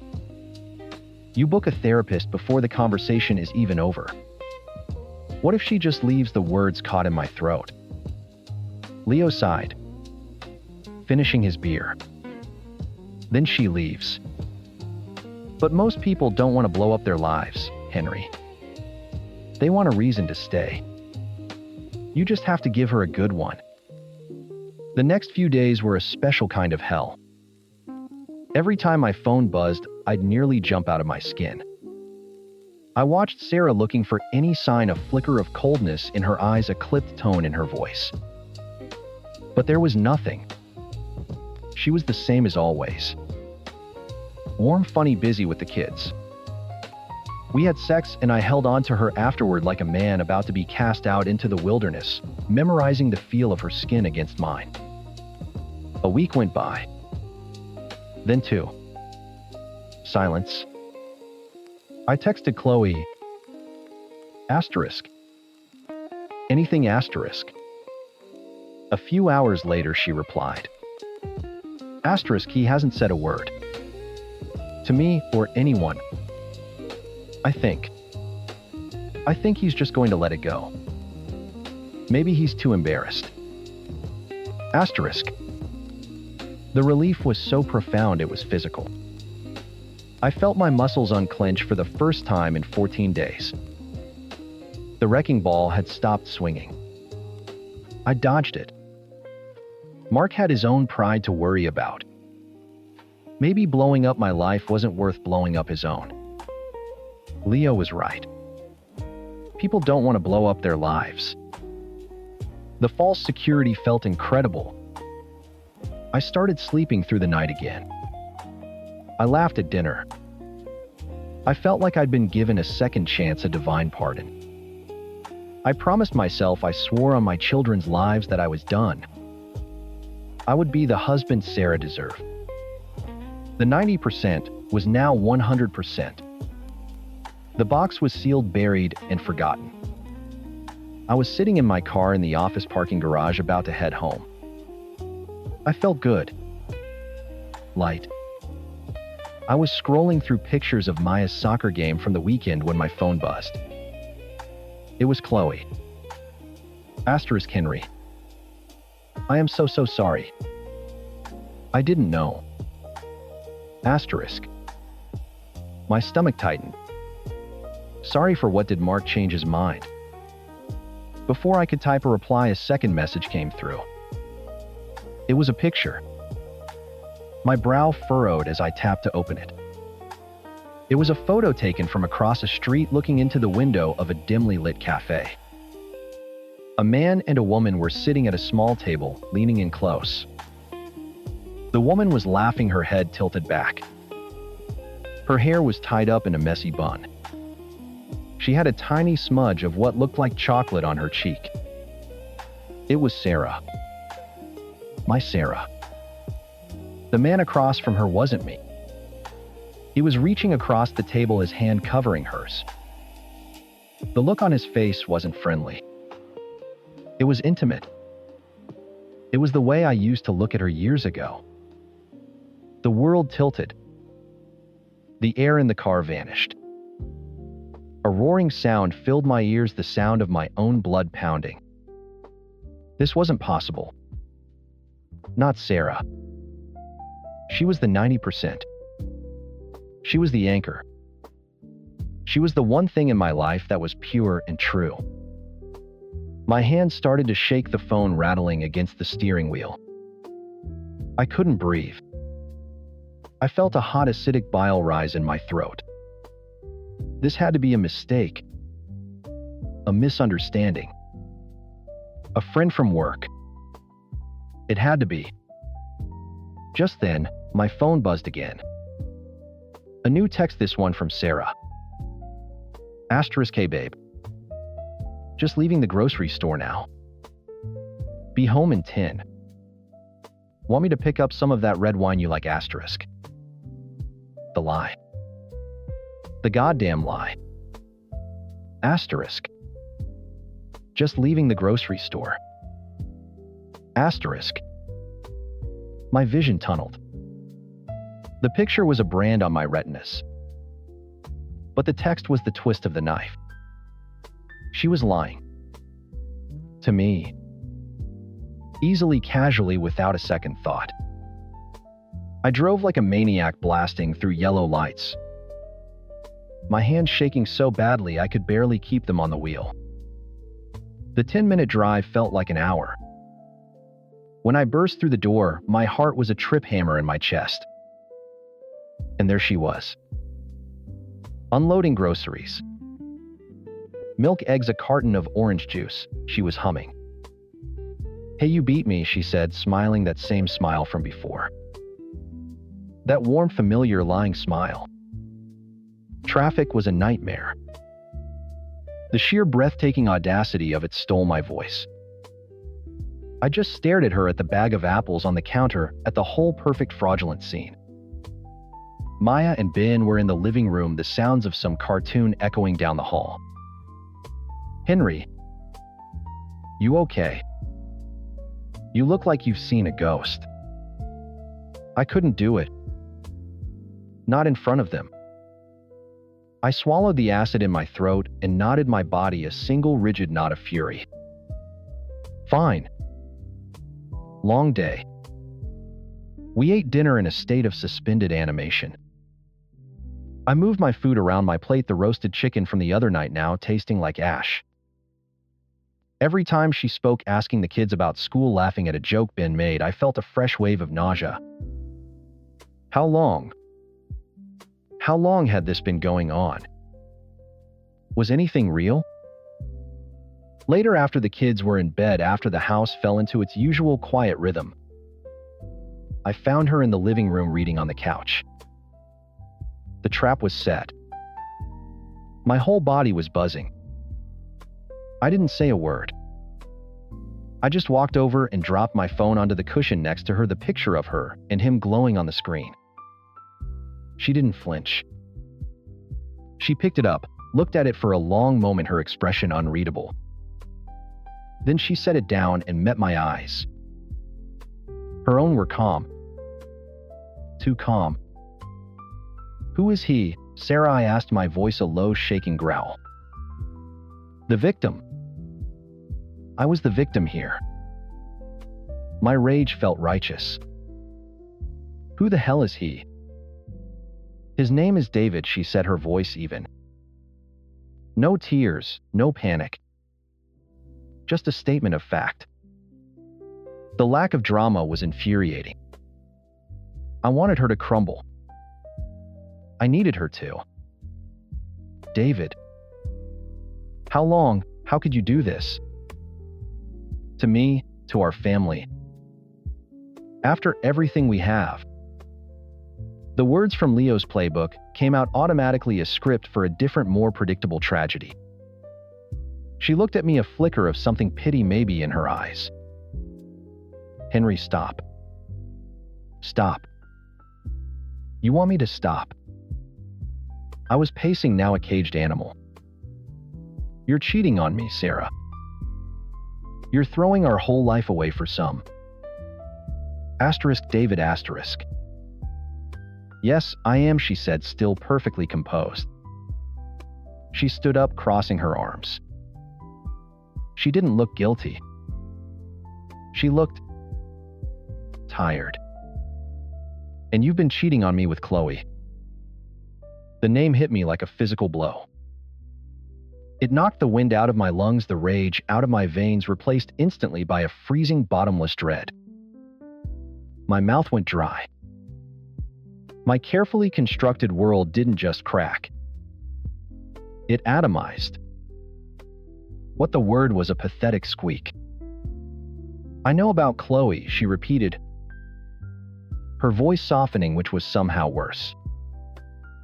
I have for some time now. About 4 years, give or take. 4 years. Not a recent discovery. A long-held secret truth. While I was sneaking around building my little box for the 10% she knew. While I was panicking about Mark, she knew. While I was holding her at night, feeling relieved and sanctimonious, she knew. The entire narrative of my life was a fiction, I told myself. My legs gave out and I sank onto the arm of the chair. The room was spinning. She kept going, each word a precisely placed nail in my coffin. At first, I was devastated. But then I realized, you hadn't been present in this marriage for a long time. You were here, but you weren't times here, asterisk. You just needed the 90% right, the stable home life. The window dressing. My own pathetic justification. She was throwing my own bullshit back in my face. David, she said, and her voice changed. It warmed. He sees all of me. He loves all of me. Not just the convenient parts. She took a deep breath, the only sign of emotion I'd seen from her all night. I love him, Henry. And I want a divorce. There it was. The end of the world delivered, not with a bang, but with a quiet, unshakable certainty. There was no begging to be done. No groveling. Leo's advice was a joke. I had no power here. I was never the one in control. The days that followed were a blur of antiseptic logistics and profound silence. Sarah transformed. The warm, familiar woman I knew was gone, replaced by an efficient, emotionally detached stranger who shared my address. She spoke about lawyers and custody schedules with the same tone she used to use for grocery lists. She was already gone.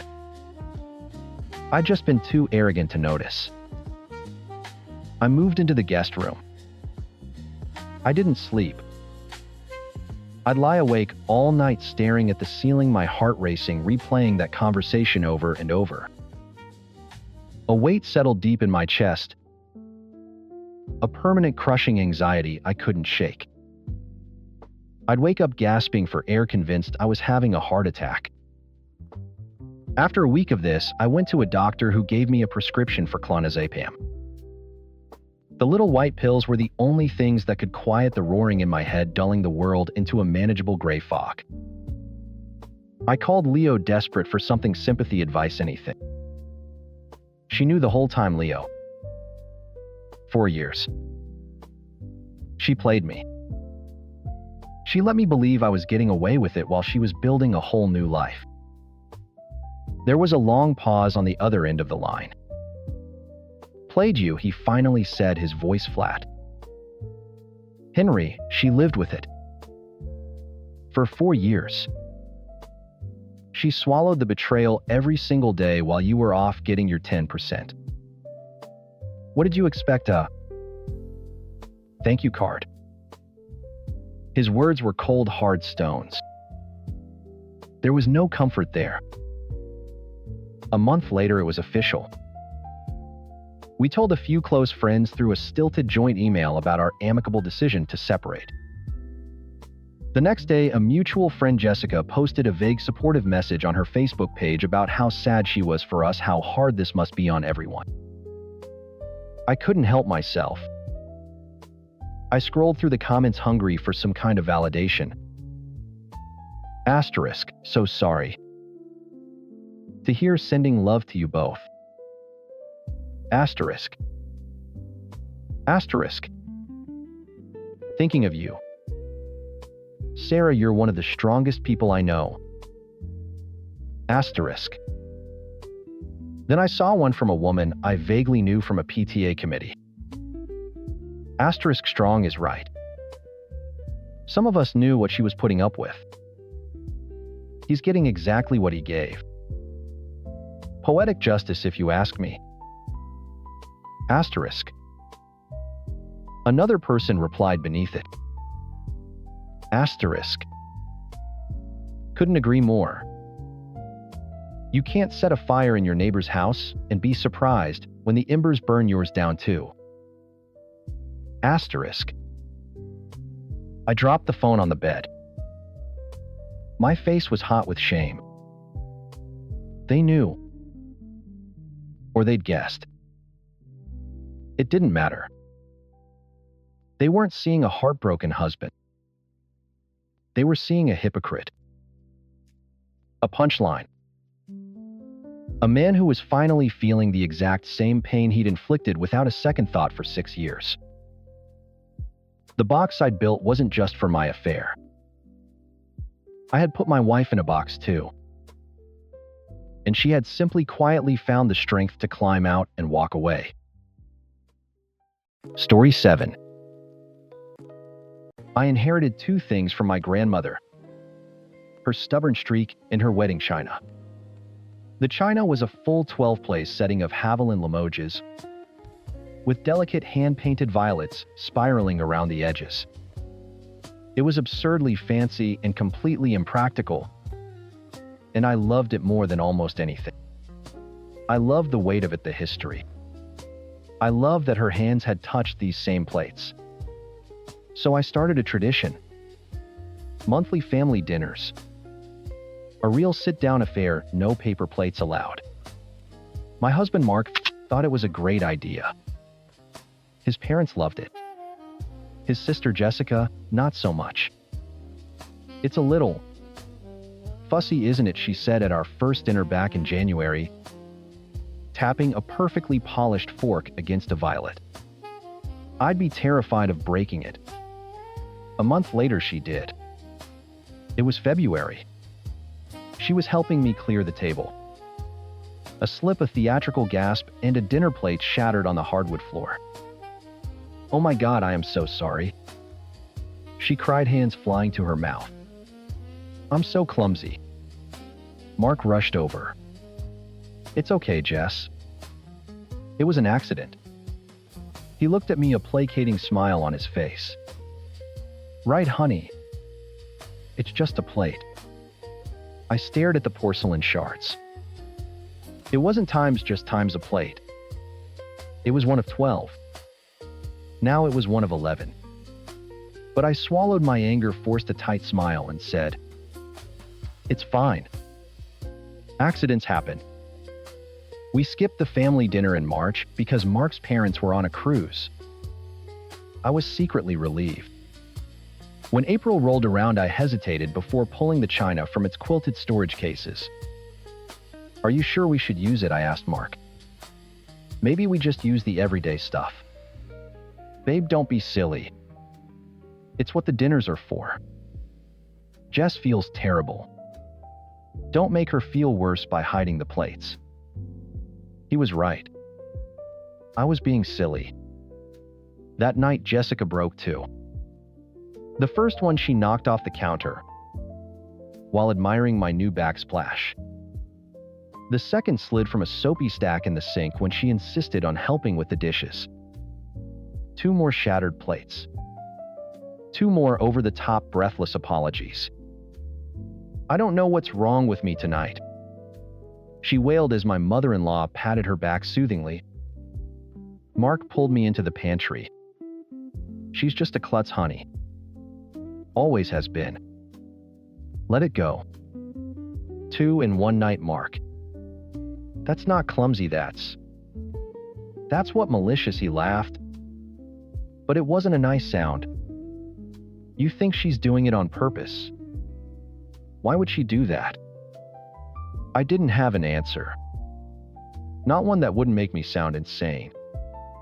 The May dinner felt like a ticking time bomb.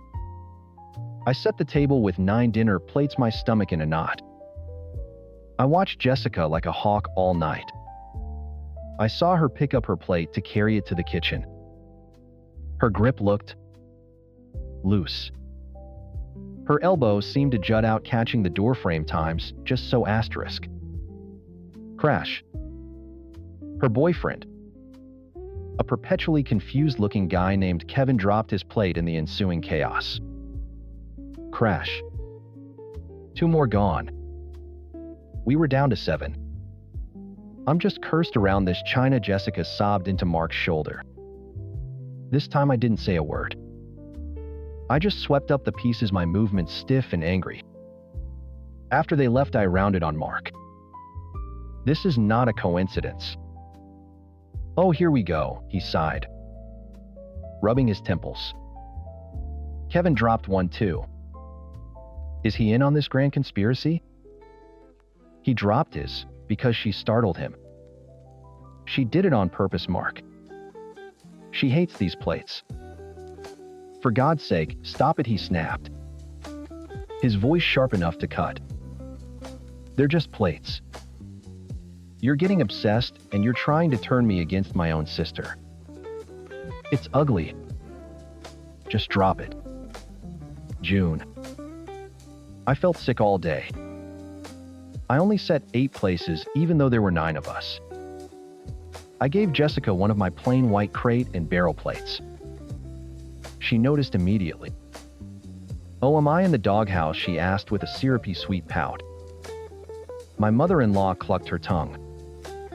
"Don't be silly, dear." She looked at me. "Is one of the others chipped, honey?"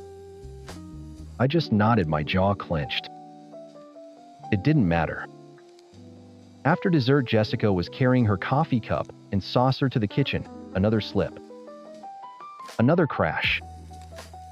The cup handle snapped clean off, and the saucer broke in 2. 4 dinners in a row. 6 plates and 1 cup.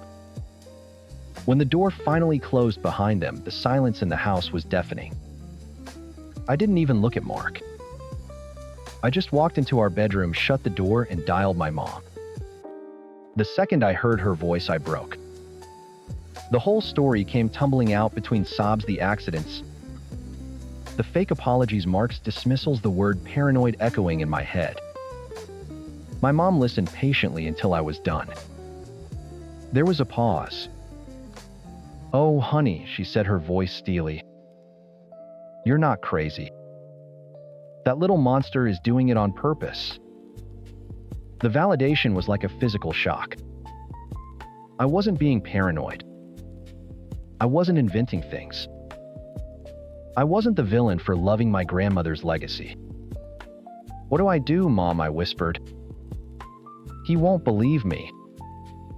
"Then you make him believe you," she said, her tone hardening. "You get proof he can't ignore. You catch the little brat red-handed."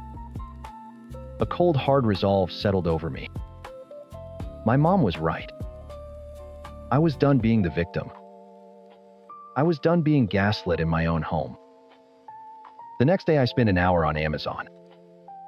I found exactly what I needed: a tiny, powerful spy camera disguised as a USB wall charger.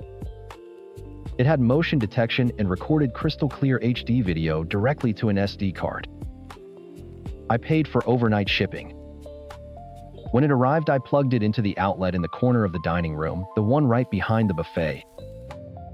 It had a perfect panoramic view of the entire table and the path to the kitchen. I tested it. The footage was terrifyingly clear.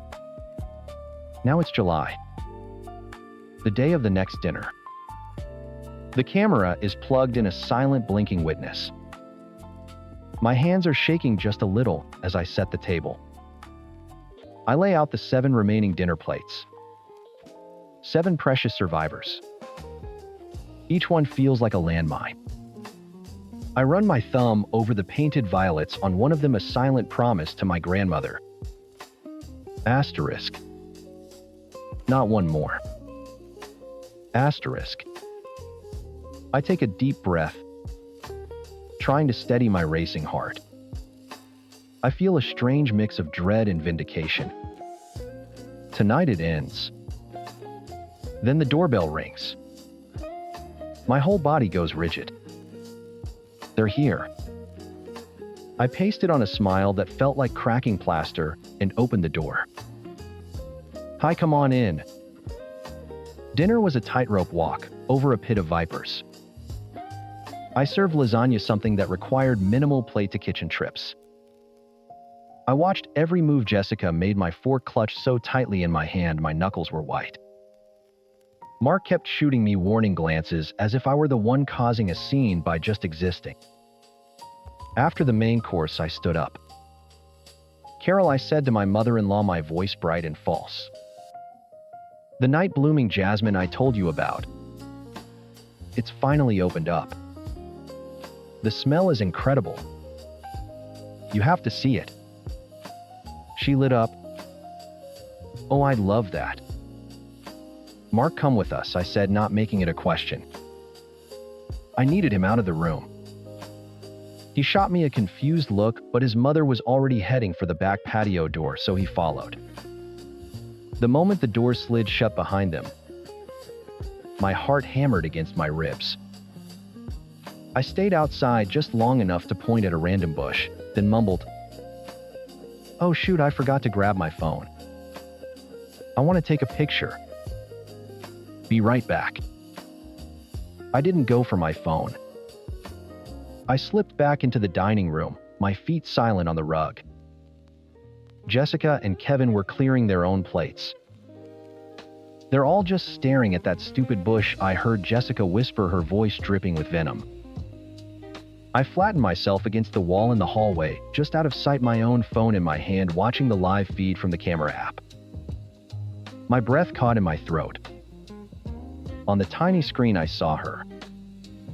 She glanced toward the patio door, then back at Kevin, who had his back to her as he scraped his plate into the trash. The coast was clear. Her movements were no longer clumsy or theatrical.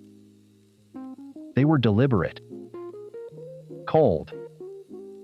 She held the violet-rimmed Haviland plate in her hands. She didn't drop it.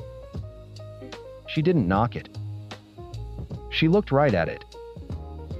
A nasty little smirk playing on her lips, and then she cocked her arm back and threw it hard against the corner of the kitchen island. Asterisk crack. Asterisk. The sound was like a gunshot. Kevin jumped, spinning around. Jesus, Jess, what happened? The smirk vanished, replaced instantly by a mask of wide-eyed horror.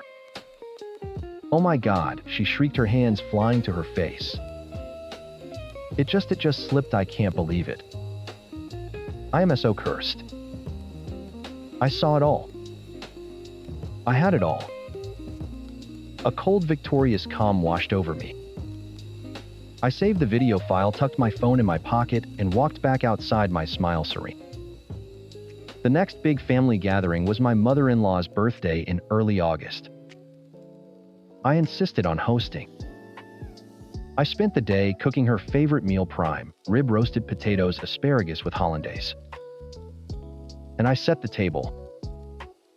I used the good silver, the crystal water goblets, the linen napkins, And for 6th-place settings, I laid out the 6 remaining Precious Perfect Haviland Limoges dinner plates. For Jessica's spot, I placed a bright pink plastic princess plate with separate compartments for different foods. Beside it, I set a matching sippy cup with a purple lid. They arrived right on time. Everyone bustled in wishing Carol a happy birthday.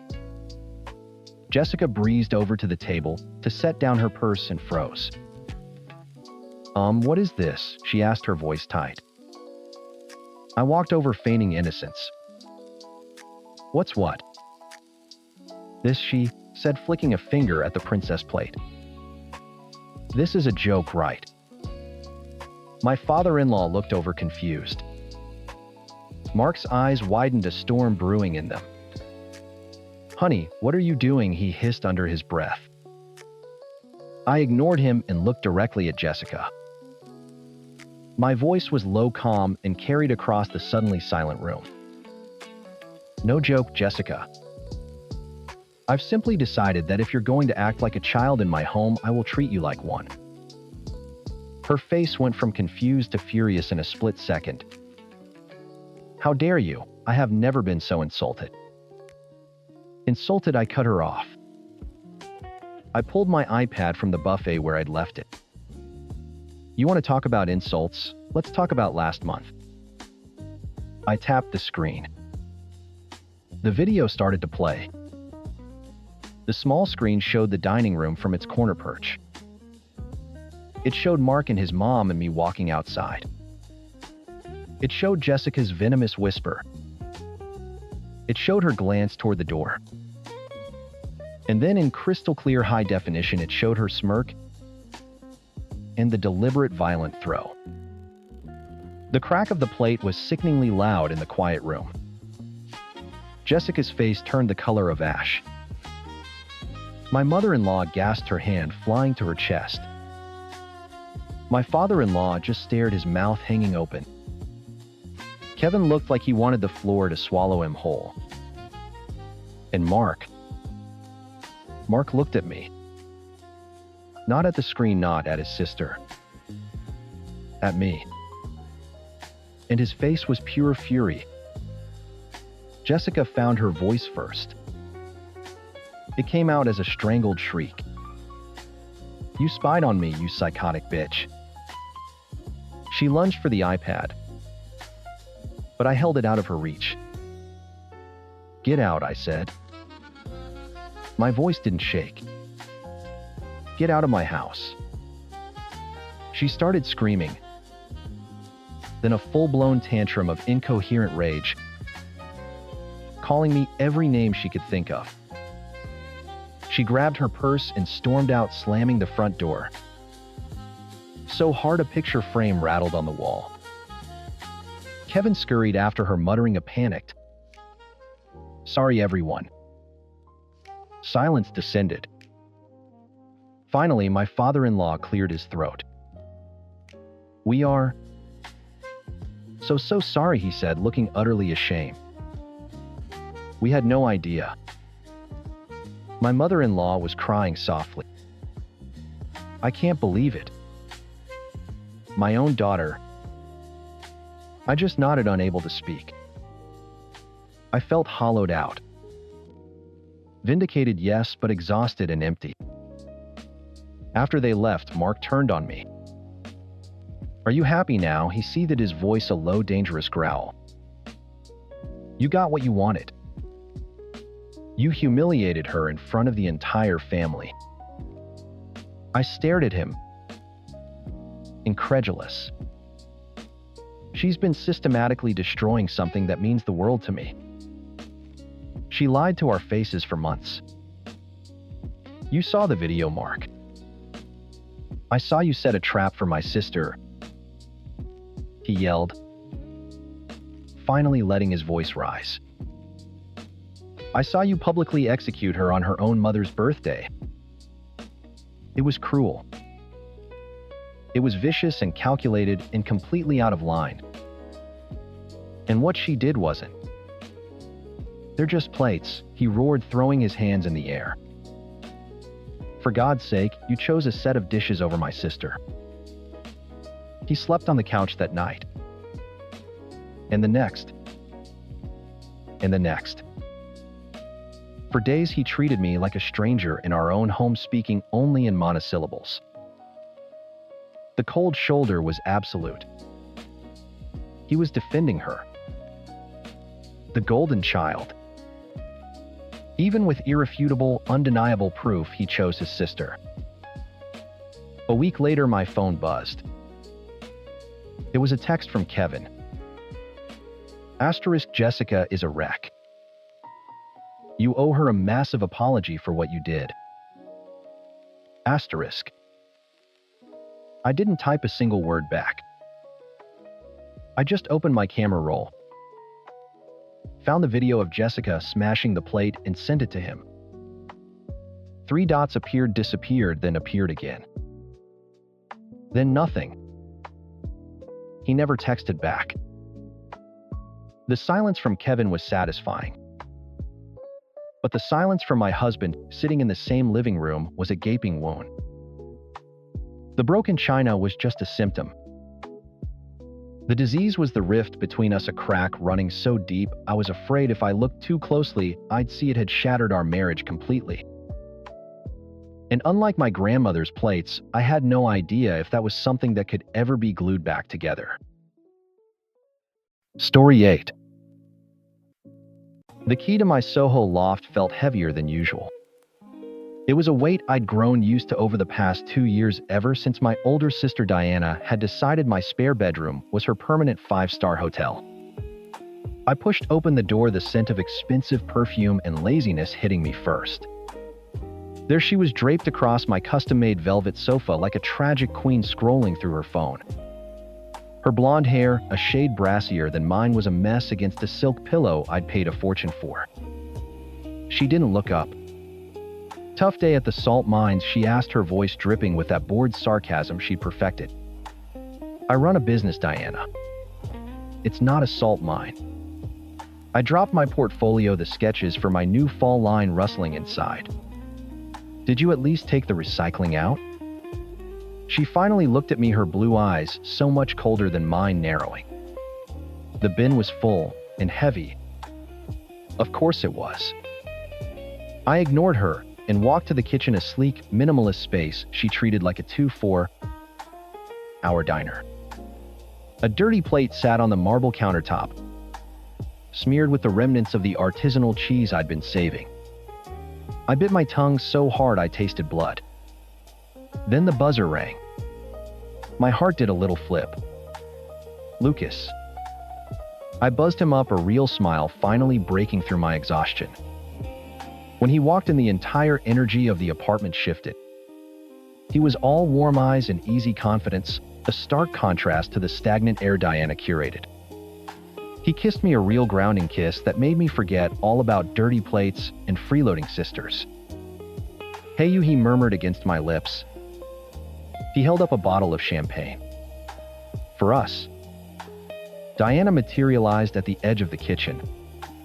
Celebrating something, she asked, her tone implying we just won a participation trophy. Lucas just smiled at her, unflappable. He never let her get to him. Always, he said, his eyes finding mine again. Later that night, after a dinner he'd insisted on cooking, we were curled up on the balcony, the city lights twinkling below us. Diana had mercifully locked herself in her room to FaceTime her loser on again, off again boyfriend Frederick. I can't do this anymore, Mabel, Lucas said softly. My stomach plummeted. What? What are you talking about? He turned to me, his expression serious, and took my hands. I can't spend another day not being your husband. He slid off the chaise lounge and onto one knee, pulling a small black box from his pocket. I can't live in a world where you're just my girlfriend. Marry me. Tears streamed down my face before I even saw the ring, a stunning, simple emerald-cut diamond that was so perfectly times me. Yes, I breathed. God, yes. We were kissing, laughing, crying when the balcony doors slid open with a screech. Diana stood there wrapped in one of my robes, her face a mask of pure, unadulterated fury. "You're engaged," she spat, looking from the ring on my finger to my tear-streaked face. "We are," I said, my joy too big to be punctured. Her laugh was brittle, ugly. "I can't believe this. I'm the older sister, Mabel. I'm supposed to go first. It's the proper way. Everyone knows that." Lucas stood up, placing himself slightly in front of me. "That's not really how it works, Diana." "Oh, shut up, Lucas," she snapped. "This is a family matter. You wouldn't understand." She glared at me, her eyes filled with a venom that chilled me to the bone. "This is so typical of you. Always have to have everything, don't you? The career, the apartment, and now the fiancé. You couldn't just let me have one thing." She stormed back inside, slamming the door so hard the glass rattled. The weeks that followed were a masterclass in passive aggression. Diana would accidentally leave her wet towel on my wedding dress sketches. She'd make comments about how quickly Lucas had proposed, hinting that he must have a secret or reason to lock me down so fast. She started dressing up whenever he was around, wearing things that were far too revealing for an evening at home, leaning over him to grab the remote, letting her hand linger on his shoulder. Lucas was a saint. He'd gently move away, change the subject, or pointedly grab my hand and pull me onto his lap. He'd look at her with polite confusion, as if he couldn't comprehend her behavior. It only made her try harder. "She's jealous, Mabe," he told me one night. "It's sad, but you can't let her ruin this." He was right. I tried to set boundaries. "Diana, I need you to stop flirting with my fiancé," I told her bluntly one Saturday. She feigned shock, her hand flying to her chest. "Flirting? I'm just being friendly, God, Mabel. You've become so insecure since you got that ring. Is Lucas making you feel that way?" It was dizzying, like trying to fight smoke. Then came the day of my big meeting with Sachs. It was the culmination of 6 months of work. A successful pitch meant my line would go nationwide. "I'm so nervous I could throw up," I told Lucas as I fastened my earrings. He came up behind me, wrapping his arms around my waist and kissing my shoulder. "You're going to kill it. And when you get back, I'll have a celebratory dinner waiting. Just us." I glanced toward the living room. Diana was on the sofa, of course, pretending to read a book. But I knew she was listening to every word. An unsettling feeling washed over me. "Maybe you should go to your place until I get back," I whispered to Lucas. He squeezed me gently.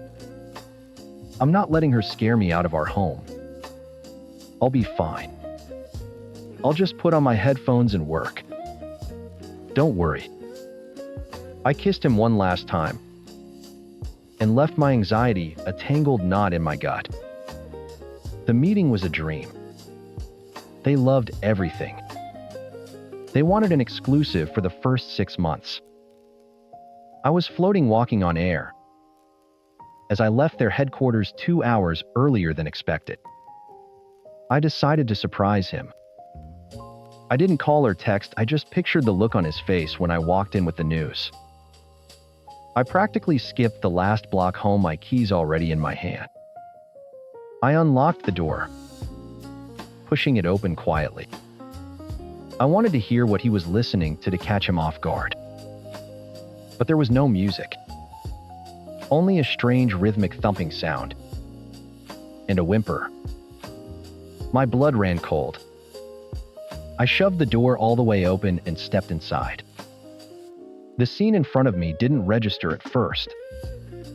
It was like a photograph from a nightmare, my brain refusing to process the pieces. Diana was on the floor. Her silk blouse torn at the shoulder. Her face streaked with tears. Lucas was standing over her, one hand braced against the wall. He was swaying, his movements clumsy. His eyes, normally so sharp and full of life, were glassy and unfocused. He blinked slowly, looking toward the door toward me. But there was no recognition in his gaze. Just a deep, unnerving confusion. Then Diana saw me. A choked sob ripped from her throat. "Mabel," she screamed, her voice shattering the silence. "Thank God you're here." He wouldn't stop. The world tilted. My portfolio, the one holding my entire future, slipped from my grasp and scattered sketches across the floor. "What did you do?" I whispered, my eyes locked on Lucas. He stumbled back, shaking his head as if trying to clear away cobwebs. His mouth opened, but only a thick, slurred sound came out. "He came onto me," Mabel, Diana wailed, scrambling to her feet and rushing to my side, grabbing my arm. Her touch felt like ice. "He kept saying things, awful things. He said you were just practice." "No," Lucas mumbled, his hand on his forehead. "Dizzy." She gave me. "Don't listen to him." Diana shoved a sheaf of folded papers into my hand. "I found these in his briefcase this morning." I didn't want to believe it. But then, this. My hands trembled as I unfolded them. It was Lucas's handwriting, or a near-perfect forgery of it. The words were vulgar, graphic, detailing fantasies about Diana, mocking me, calling me a naive stepping stone to get to her. My stomach heaved. The careful, elegant script I knew from 100 love notes was twisted into something predatory and foul. "Lucas," my voice was a thread. He looked at me, his eyes pleading, but they were still clouded, unfocused. "Mabe, it's not. She." He couldn't form a sentence. The sight of him so disoriented and clumsy, mixed with the vile words on the page and my sister's terrified sobs, cemented a reality I couldn't escape. "Get out," I said, the words like shards of glass in my throat. What, he slurred, taking a weak step toward me. "Get out of my apartment now." Diana stood behind me, a righteous shield.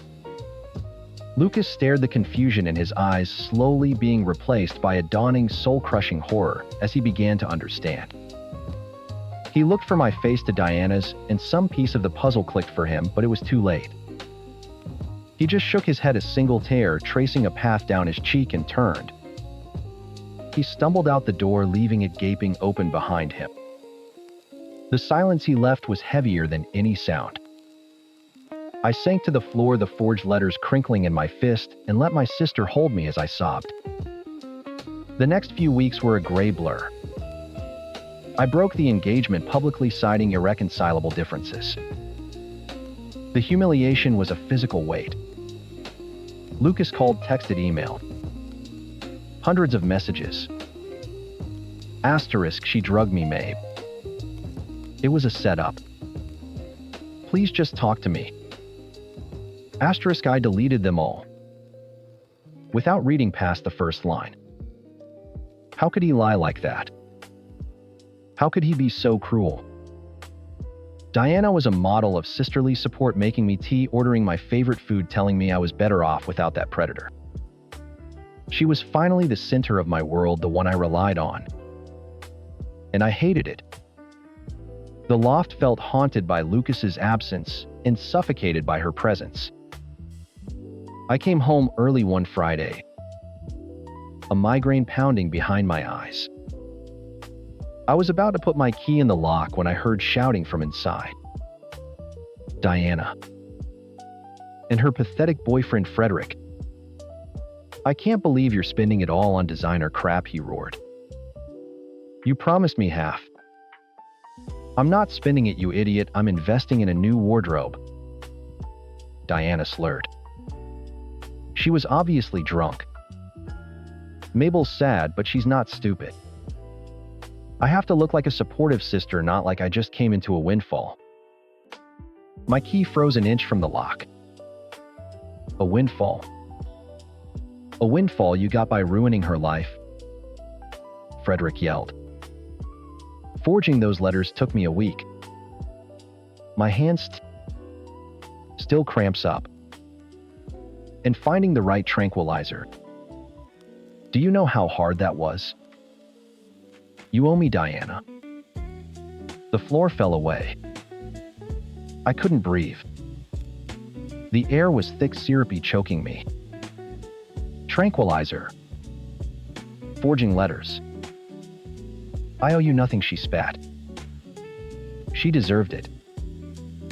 Little Miss Perfect with her perfect career, in her perfect apartment, and her perfect fiancé. I'm the older sister. That was supposed to be my time's life. She stole it. I just took a little piece of it back. Rage pure and white-hot burned through the fog of my grief. I shoved the key in the lock, twisted it, and threw the door open so hard it slammed against the wall. They both spun around, their faces a comical mask of shock. Frederick was pale and sweating. Diana's eyes were wide, but in them I saw no fear. No regret. Just annoyance at being caught. Get out, I said, my voice dangerously quiet. Diana recovered first, plastering a concerned look on her face. Mabel, honey, you misunderstood. I understood perfectly, I said, my voice rising with every word. You drugged him. You tore your own shirt. You wrote those letters. You looked me in the eye, and you lied while my entire world was falling apart. Frederick started backing toward the door. Look, She made me. Both of you. Get your things and get out of my home. Now. Diana's face hardened, the mask falling away to reveal the ugly, raw entitlement beneath. Fine. She snapped, grabbing her purse. I don't need you. I never did. You think you're so much better than me. But you're just a pathetic little girl who was easy to fool. She showed no remorse. None. That was the part that broke the last remaining thread of connection between us. She wasn't just a bad sister. She was a monster. You have 5 minutes to take what's yours, I said, pointing to her bedroom. Then I'm changing the locks and calling the police if I ever see either of you again. She scoffed, but she moved. They scurried around like rats stuffing clothes into trash bags. I stood by the door, unmoving, watching them. When they were done, Diana paused in front of me. You'll be sorry, she hissed. You'll be all alone. I've been alone for 2 years, I said. I just didn't realize it. I shut the door behind them and slid the deadbolt home. The click echoed in the sudden blissful silence. The first person I called was Lucas. He didn't answer. I left a rambling, tearful voicemail trying to explain. I drove to his apartment, but he wasn't there. I waited on his stoop for 2 hours before giving up. A week later, a mutual friend, her voice full of pity, told me she'd seen him out with his ex-girlfriend. He looked happy, she said. The news was a punch to the gut. But what did I expect? I had humiliated him. I had believed the worst, most vile things about him without a second thought. My betrayal wasn't something a single voicemail could fix. He needed to heal, and apparently that didn't involve me. Another month passed. I threw myself into my work, the Saks launch, a welcome, all-consuming distraction. The loft was finally mine again. I cleansed it with sage, rearranged the furniture, and slowly, painstakingly began to feel like myself. Then one evening, the buzzer shrieked. I ignored it. It buzzed again. Insistent. I went to the intercom. Who is it? Mabel, it's me. Diana. Her voice was thin, reedy. All the venom was gone, replaced by a whining desperation. I almost didn't answer, but I had to see this through. I buzzed her up. The woman who stepped out of the elevator was a ghost. Her expensive clothes were rumpled, her hair was greasy, and dark circles bruised the skin under her eyes. Frederick had obviously dumped her the second the money ran out. "What do you want, Diana?" I asked, blocking the doorway. "May, please," she begged, her eyes darting around my apartment at the life she tried to steal. "He kicked me out. I have nowhere to go. I have no money. Can I just stay for a few nights? Until I get on my feet." I looked at her, at the sister who had systematically destroyed my happiness out of pure spite, and I felt nothing. No pity. No anger. Just a vast, empty distance. "No," I said. "Please," she cried, tears welling in her eyes. "I'm your sister. You stopped being my sister when you drugged my fiancé and laughed about it." I went to my purse, took out the $500 in cash I had, and held it out to her. "Here," I said. "This is the last thing you will ever get from me. Use it for a motel, for a bus ticket, I don't care. But we are done. Don't call me. Don't email me. Don't ever come here again." She stared at the money, then at my face, searching for a crack, a weakness she could exploit. She found none. She snatched the cash from my hand, her face contorting with resentment. "You'll regret this," she muttered, turning away. "No, Diana," I said softly as she walked toward the elevator. "You will." I closed the door. I didn't watch her go. A few weeks later, I heard through the grapevine she was working as a hostess at some chain restaurant in Queens. I was alone, and my heart was still a patchwork of scars. But for the first time in a long time, my home was my own. And I was finally free. Story 9. My sister Sarah and I used to be an unbreakable team. When she was 19 and terrified, I was the first person she told she was bisexual. I held her while she cried, scared of how her parents would react. I was the one who sat with her when she told them, ready to fight her corner. They were great, of course, but it was me she needed that day. For a decade, I was her person.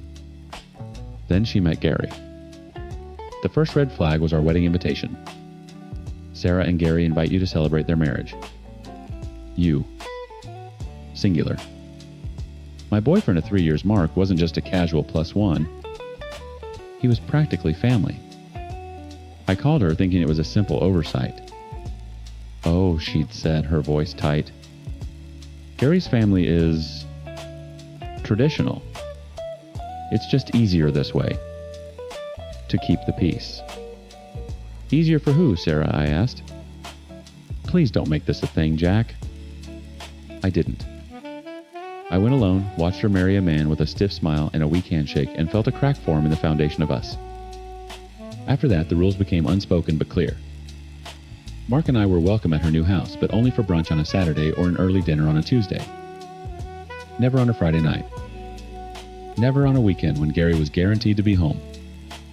She'd invent excuses. Gary had a guy's night, he was working late, he wasn't feeling well. We all knew the truth. My relationship was something to be hidden, an inconvenience to her new life. So when she called me last Wednesday, her voice radiating forced cheerfulness, I was already on guard. "Hey, little bro, what are you up to this weekend?" "Not much. Mark and I were thinking of hitting that new brewery downtown." "Oh, great," she said, steamrolling right over the mention of his name. "Listen, I have a massive favor to ask. Gary and I have this conference we completely forgot about, and our sitter just canceled. Could you possibly watch Diana for us Friday night to Sunday afternoon?" Diana was Gary's 6-year-old daughter from his first marriage. A sweet, quiet kid with big, curious eyes. I loved her, but the request felt transactional. A deployment of the brother she kept on a shelf, dusted off only when needed. I don't know, Sarah. Please, Jack, you'd be saving my life. Literally. My boss will kill me if I miss this. And Di loves you. The part of me that still remembered the Unbreakable team won out. Fine. Yeah, okay. I'll do it.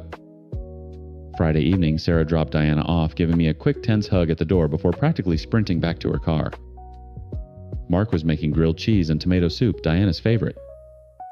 He had her giggling in minutes, balancing a spoon on his nose. For a few hours, everything felt normal. It felt like family. Saturday morning, Mark had to head into the office for a few hours.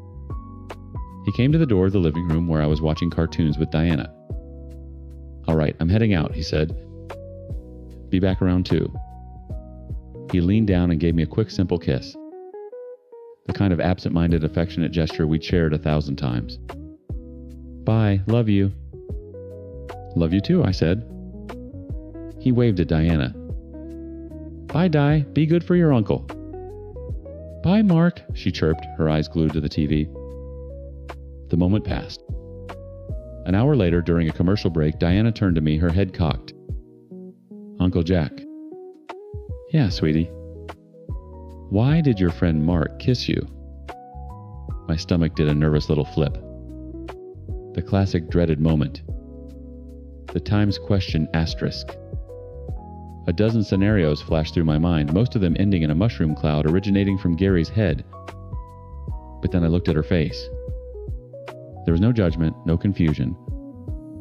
Just simple 6-year-old curiosity. She wasn't asking for a political statement, she was just asking a question. I took a breath. Well, sometimes a boy likes a boy the same way a man and a woman like each other.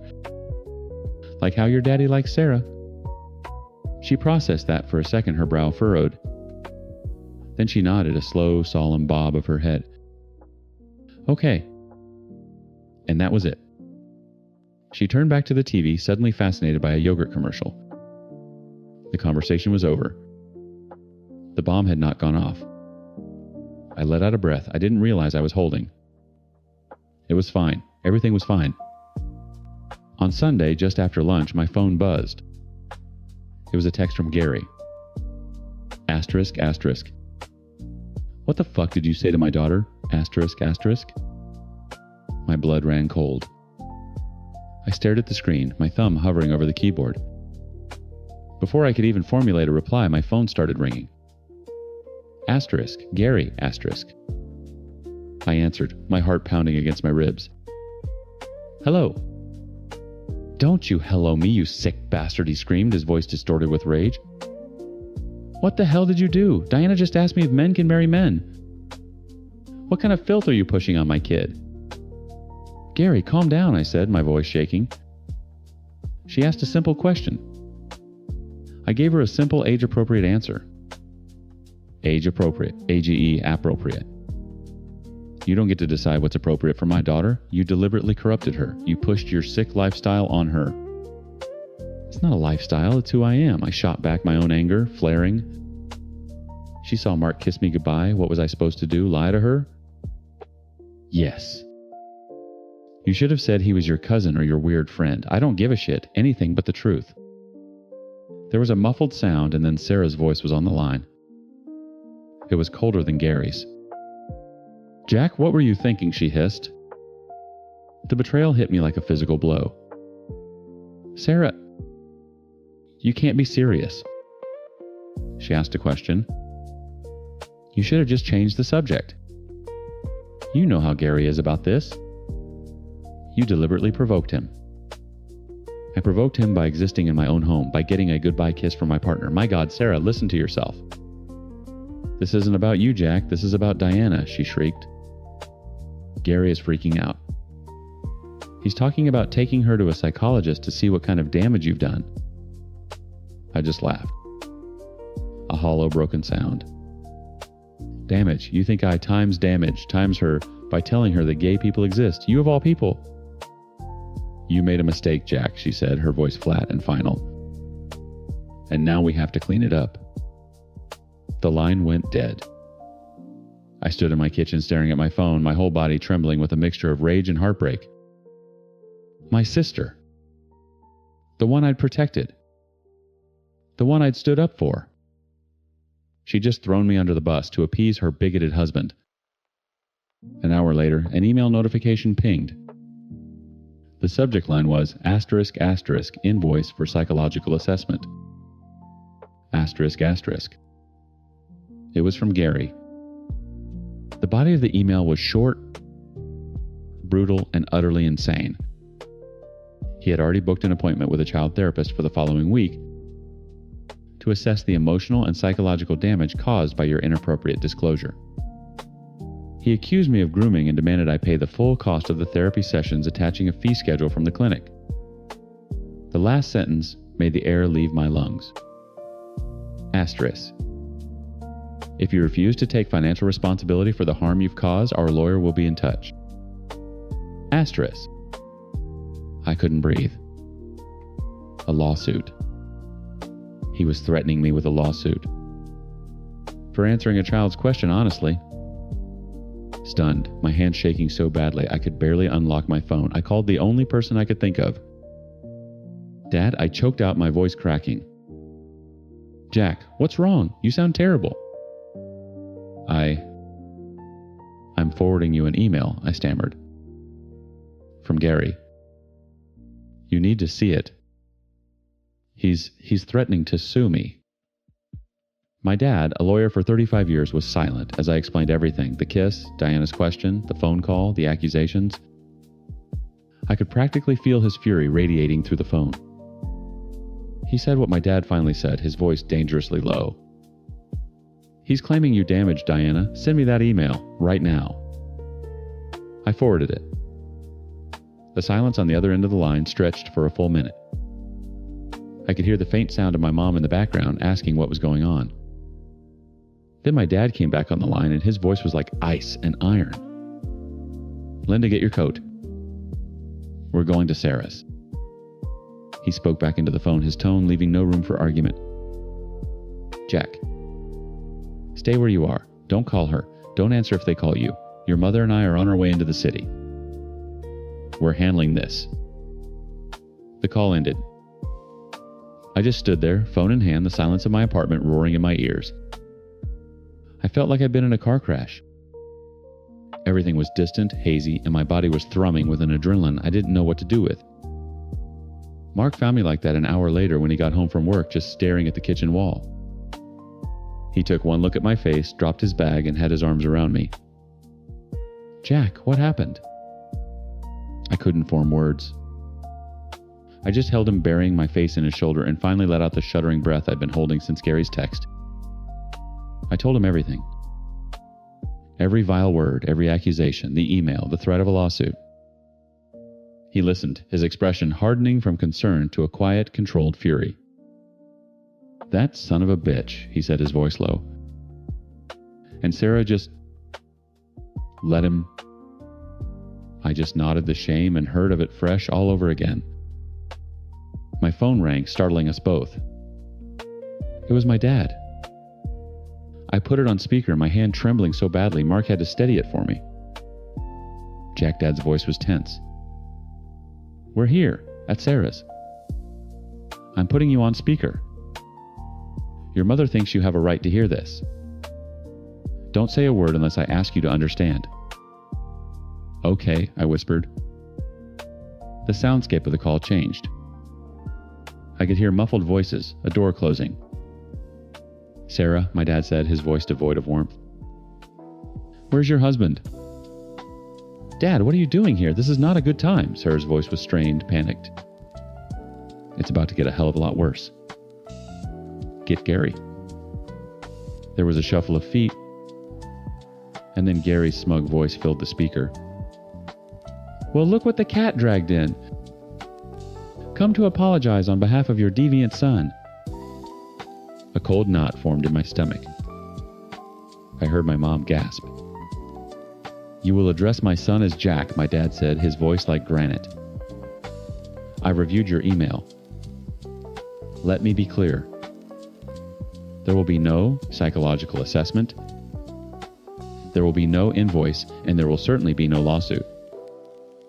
If you so much as type my son's name in an email again, I will personally see to it that my firm buries you in so much litigation you'll be paying off the debt in your next life. Are we clear? You can't threaten me in my own home, Gary sputtered. That wasn't a threat, Dad replied coldly. That was the itinerary for your future.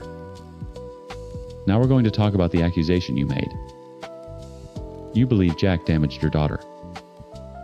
He exposed her to his lifestyle. He confused her. He's a groomer. The word hung in the air, ugly and venomous. Mark's hand tightened on my shoulder. My son answered a 6-year-old's question with a simple, honest sentence. My dad's voice was rising now, the lawyerly calm cracking to reveal the enraged father beneath. He told her, love is love. The only person who seems damaged by that concept is you, Gary.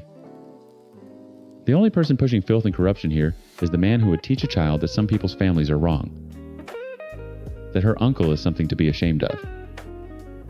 I won't have her growing up thinking that's normal, Gary yelled. Thinking what's normal, that her uncle is happy, that he's in a loving relationship. Dad's voice was a roar now. You know, I worried when Sarah married you. I saw the way you looked at Jack and Mark. I saw the polite bigotry you tried to hide. But I kept my mouth shut for my daughter's sake.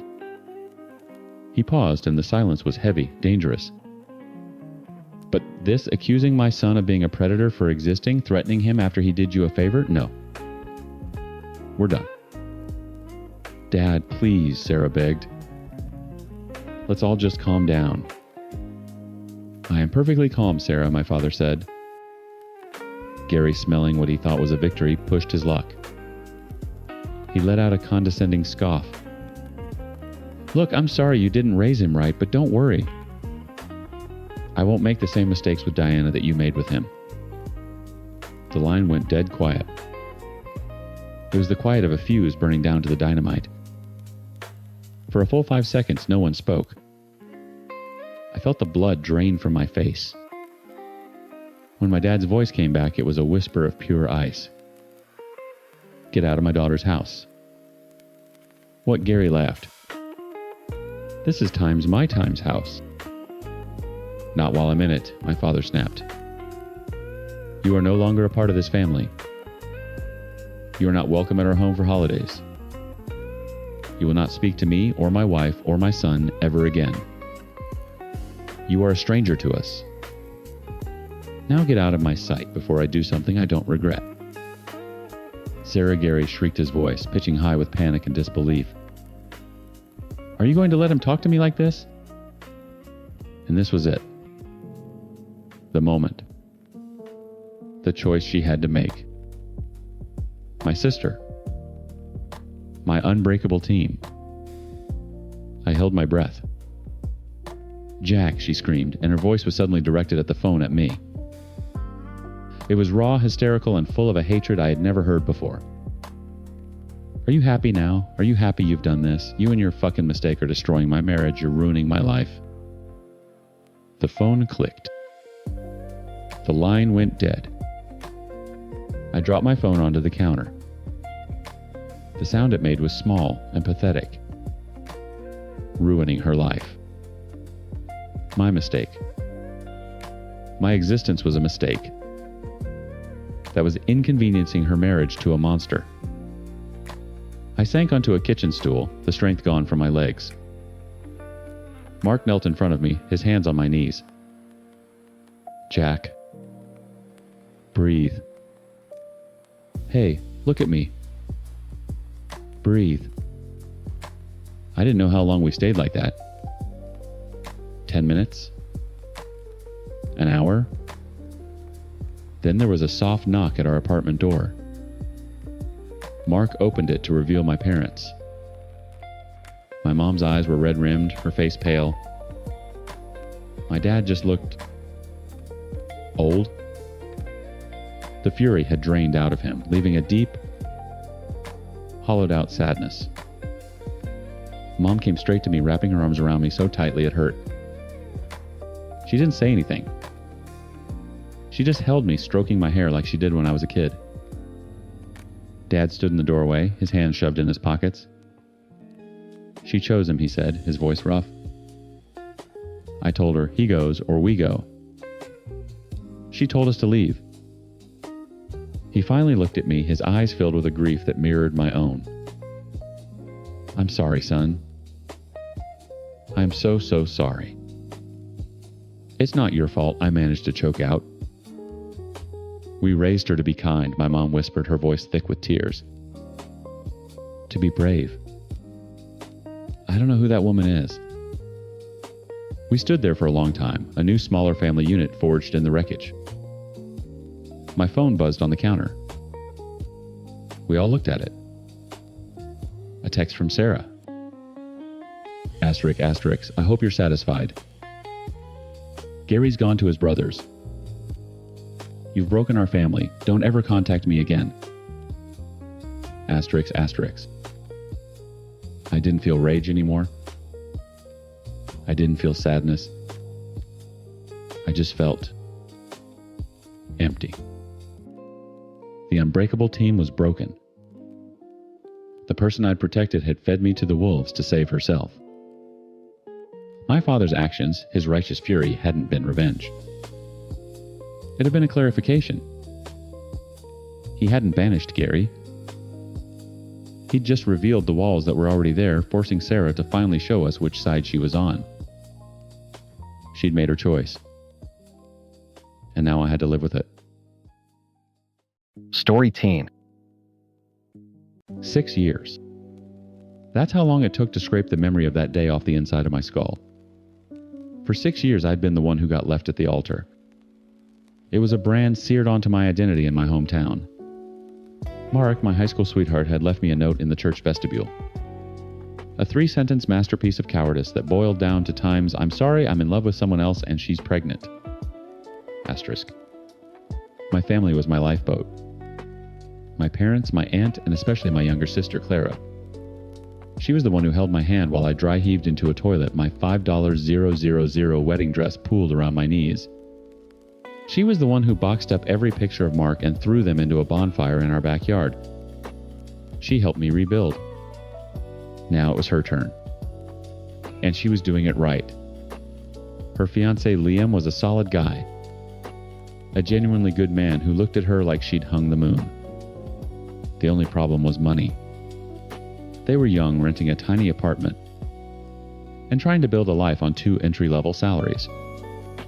A big wedding was a fantasy, which is how we ended up in a bridal boutique that smelled like champagne and anxiety. Clara stood in front of a 3-way mirror, a vision in layers of silk and lace. It was the Times dress. The one she'd bookmarked 100 times, the one pinned to the top of her secret Pinterest board. It had delicate hand-stitched flowers cascading down the bodice and a train that seemed to go on for miles. It was perfect. It was also $7,000. I watched her face crumble as she looked at the price tag. The light in her eyes just went out. Well, she whispered, her voice cracking. It was fun to pretend. She started to fumble with the zipper. Wait, I said, stepping forward. I saw my own ghost in that mirror, a younger me giddy with a hope that was about to be obliterated. I had my own dream dress, now sealed in a vacuum bag in my attic like a piece of toxic evidence. Maybe I could turn that poison into medicine for her. What do you mean, wait? Clara asked, her eyes already welling up. Helen, there's no way. Consider it my wedding gift, I said, my voice firmer than I expected. The whole thing. I'll buy it for you. The boutique fell silent. Clara froze. Then her face completely dissolved into tears. Not the sad, defeated tears from a moment ago, but a tidal wave of pure, unadulterated joy. She threw her arms around me, lace and tulle and all. Are you serious? She sobbed into my shoulder. Helen, you can't. It's too much. I can, I said, hugging her tight. And I want to. You deserve to feel like a princess. No compromises. It was the best money I'd ever spent. Mom cried. The sales associate cried. The whole thing was a made-for-TV movie moment. For the next few weeks, I was the family hero. My generosity was the main topic of conversation. It felt good. It felt like I was finally closing a painful chapter and using my hard-earned success to create a beautiful new one for my sister. The deposit was paid. The dress was ordered. Everything was perfect. Until last night's family dinner. It was a casual Sunday thing at my parents' house. Me, Mom, Dad, Clara, and Liam, and my Aunt Carol. The air was thick with wedding talk, centerpieces, cake flavors, seating charts. I was sipping my wine, feeling a warmth that had nothing to do with the alcohol. I was genuinely happy for her. Dad was grilling Liam about pre-wedding jitters. "You getting cold feet yet, son?" he asked, winking. Liam laughed, grabbing Clara's hand. "Not a chance. Just nervous about tripping over my own feet when I see her walking down the aisle." It was sweet. Everyone smiled. Clara, a little flushed from her second glass of wine, let out a loud theatrical laugh. "Yeah, well, just make sure you actually show up," she said, her voice glib. A weird little knot tightened in my stomach. She wasn't done. She waved her fork in the air, a smirk playing on her lips. "Let's just hope he won't run away with a pregnant mistress or something." The words hit the air and hung there thick and toxic. My fork clattered against my plate. The sound was like a gunshot in the sudden silence. She hadn't just made a joke. She had recited almost word for word the single most traumatic event of my life. The line I had screamed at her through hysterical tears 6 years ago. Asterisk. "He left me for his pregnant mistress, Clara." Asterisk. My Aunt Carol broke the spell. She let out a sharp barking laugh. "Oh, Clara, that's just awful," she cackled, slapping the table. The warmth I'd felt moments before vanished, replaced by a glacial cold that started in my chest and spread through my limbs. The lively dining room, the smell of roast chicken, the faces of my family, it all faded into a dull humming background. All I could see was Mark's handwriting on that crumpled piece of paper. All I could feel was the suffocating weight of that veil. I looked up. Clara was still smiling a little nervously now, watching me, waiting for me to laugh along, waiting for me to validate her joke. My own sister. The one I just handed a $7,000 dream to, and she was using my nightmare as a punchline for a cheap laugh. My mother's face was a mask of strained pleasantry. "Clara, don't be morbid," she chided gently. My father cleared his throat. "Helen, honey, she was just kidding around." But I wasn't listening. The blood was pounding in my ears, a furious drumbeat of betrayal. I stared across the table right into my sister's eyes. The smirk was gone, replaced by a flicker of dawning horror as she finally registered the look on my face. She knew what she'd done. And in that one shattering moment, something inside me finally broke. My voice was quiet, but it sliced through the room. "What did you just say?" Clara's face went white. The smirk was gone, replaced by a panicked, flickering guilt. "Helen, It was just a joke. A stupid joke." "A joke," I repeated, the word tasting like poison. I pushed my chair back, the legs screeching against the hardwood floor. Everyone flinched. "You think that's a joke?" "Helen, honey, calm down," my father started, raising his hands in a placating gesture. "She didn't mean it." I didn't even look at him. My eyes were locked on my sister. "You stood there in that boutique and you cried in my arms. You said I was the most generous person you knew."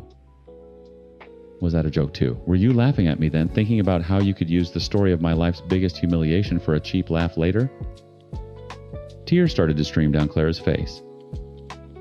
They weren't the tears of joy from the bridal shop. These were the panicked, selfish tears of someone who'd just been caught. "No, of course not. I'm so sorry." I wasn't thinking. "That's the problem, Clara. You never think I was on my feet now, my whole body vibrating with a rage I hadn't felt in 6 years. It was the rage I should have felt at Mark, but had instead turned inward. Now it had a target. You took the single most painful day of my life, a day you supposedly helped me survive, and you served it up like an appetizer. You and Aunt Carol cackling like hyenas. Aunt Carol looked down at her plate, suddenly fascinated by her mashed potatoes. That is enough, my mother said, her voice sharp. You are making a scene, Helen. Apologize to your aunt. I laughed. A raw, ugly sound that had no humor in it. Apologize? Are you kidding me? I grabbed my purse from the floor and my keys from the counter. The metallic jingle was the only sound in the dead silent room. Clara stood up, her hands outstretched. Helen, please don't go. I'm sorry. I'll do anything. Please. I walked to the door, my back to all of them. I could feel their eyes on me, could feel the weight of their collective judgment. They wanted me to be the bigger person. To swallow the pain, smooth things over, and let Clara have her perfect wedding. Just like they wanted me to get over Mark and stop being the one who got left at the altar. I paused, with my hand on the doorknob, and turned my head just enough to look at my sister. Her face was a mess of tears and makeup, her mouth trembling. She looked pathetic. And for the first time, I felt nothing. No pity, no empathy. Just a cold, hard finality. You can think about how sorry you are while you're shopping for a dress you can actually afford, I said, my voice flat and empty. Because as of right now, you are getting $0 from me. I didn't wait for a reaction. I walked out and pulled the door shut behind me, the click of the latch sounding like a gavel. I made it halfway to my car before the front door flew open again. Helen, it was my dad, his voice booming into the quiet suburban street. Get back here. This is absurd. I ignored him, fumbling with my keys, my hands shaking so badly I couldn't get the key into the lock. He caught up to me just as I got the door open, his hand landing on the roof of the car with a heavy thud. You're gonna walk out on your family over a bad joke, he demanded, his face ruddy with anger. A bad joke. I finally got the car door open and slid inside, but he held it so I couldn't close it. Dad, she took a knife and twisted it into the deepest wound I have. And you're all defending her. Nobody's defending her. We're trying to keep the peace. She's in there sobbing, completely hysterical. Good, I said, jamming the key into the ignition. The engine roared to life. Don't be so cruel, he snapped. She's your sister. She's devastated about the dress. All she can talk about is how she's going to lose the dress. Is that what you want? To ruin her wedding? His words hit me harder than Clara's joke. It wasn't about my pain. It wasn't about the betrayal. It was about the dress. About the wedding. About preserving the perfect family fantasy. I was just a line item, a check that was suddenly refusing to be cashed. I looked at him, my father, the man who was supposed to protect me.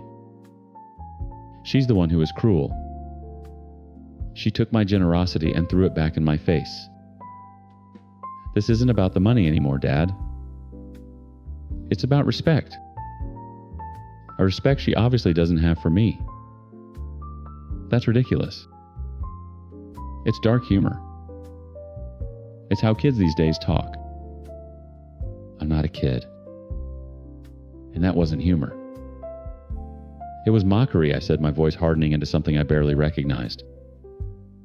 You taught me to stand up for myself. This is me standing up for myself. I will not pay to have my own trauma used as a punchline in my own family. He sighed a long, weary sound of parental disappointment. Helen, for God's sake, just forgive her. Be the bigger person and pay for the dress. Don't let one stupid comment destroy your relationship with your sister. Our relationship is already destroyed, I said. She destroyed it tonight. Not me. I put the car in reverse. He finally took his hand off the door. I looked at him one last time, standing there under the porch light, his face a mixture of anger and disbelief. He didn't get it. He never would. Tell Clara, I said, my voice as cold as the night air, that forgiveness is free. But a dream wedding dress cost $7,000.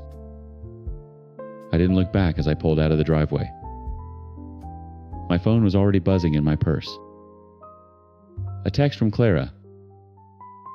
Then another from my mom. Then a call. I silenced it, tossing it onto the passenger seat. They could leave all the messages they wanted. Let them call me harsh. Let them call me cruel. For the first time in 6 years, I wasn't the victim in my own story. And that felt better than any dress money could buy.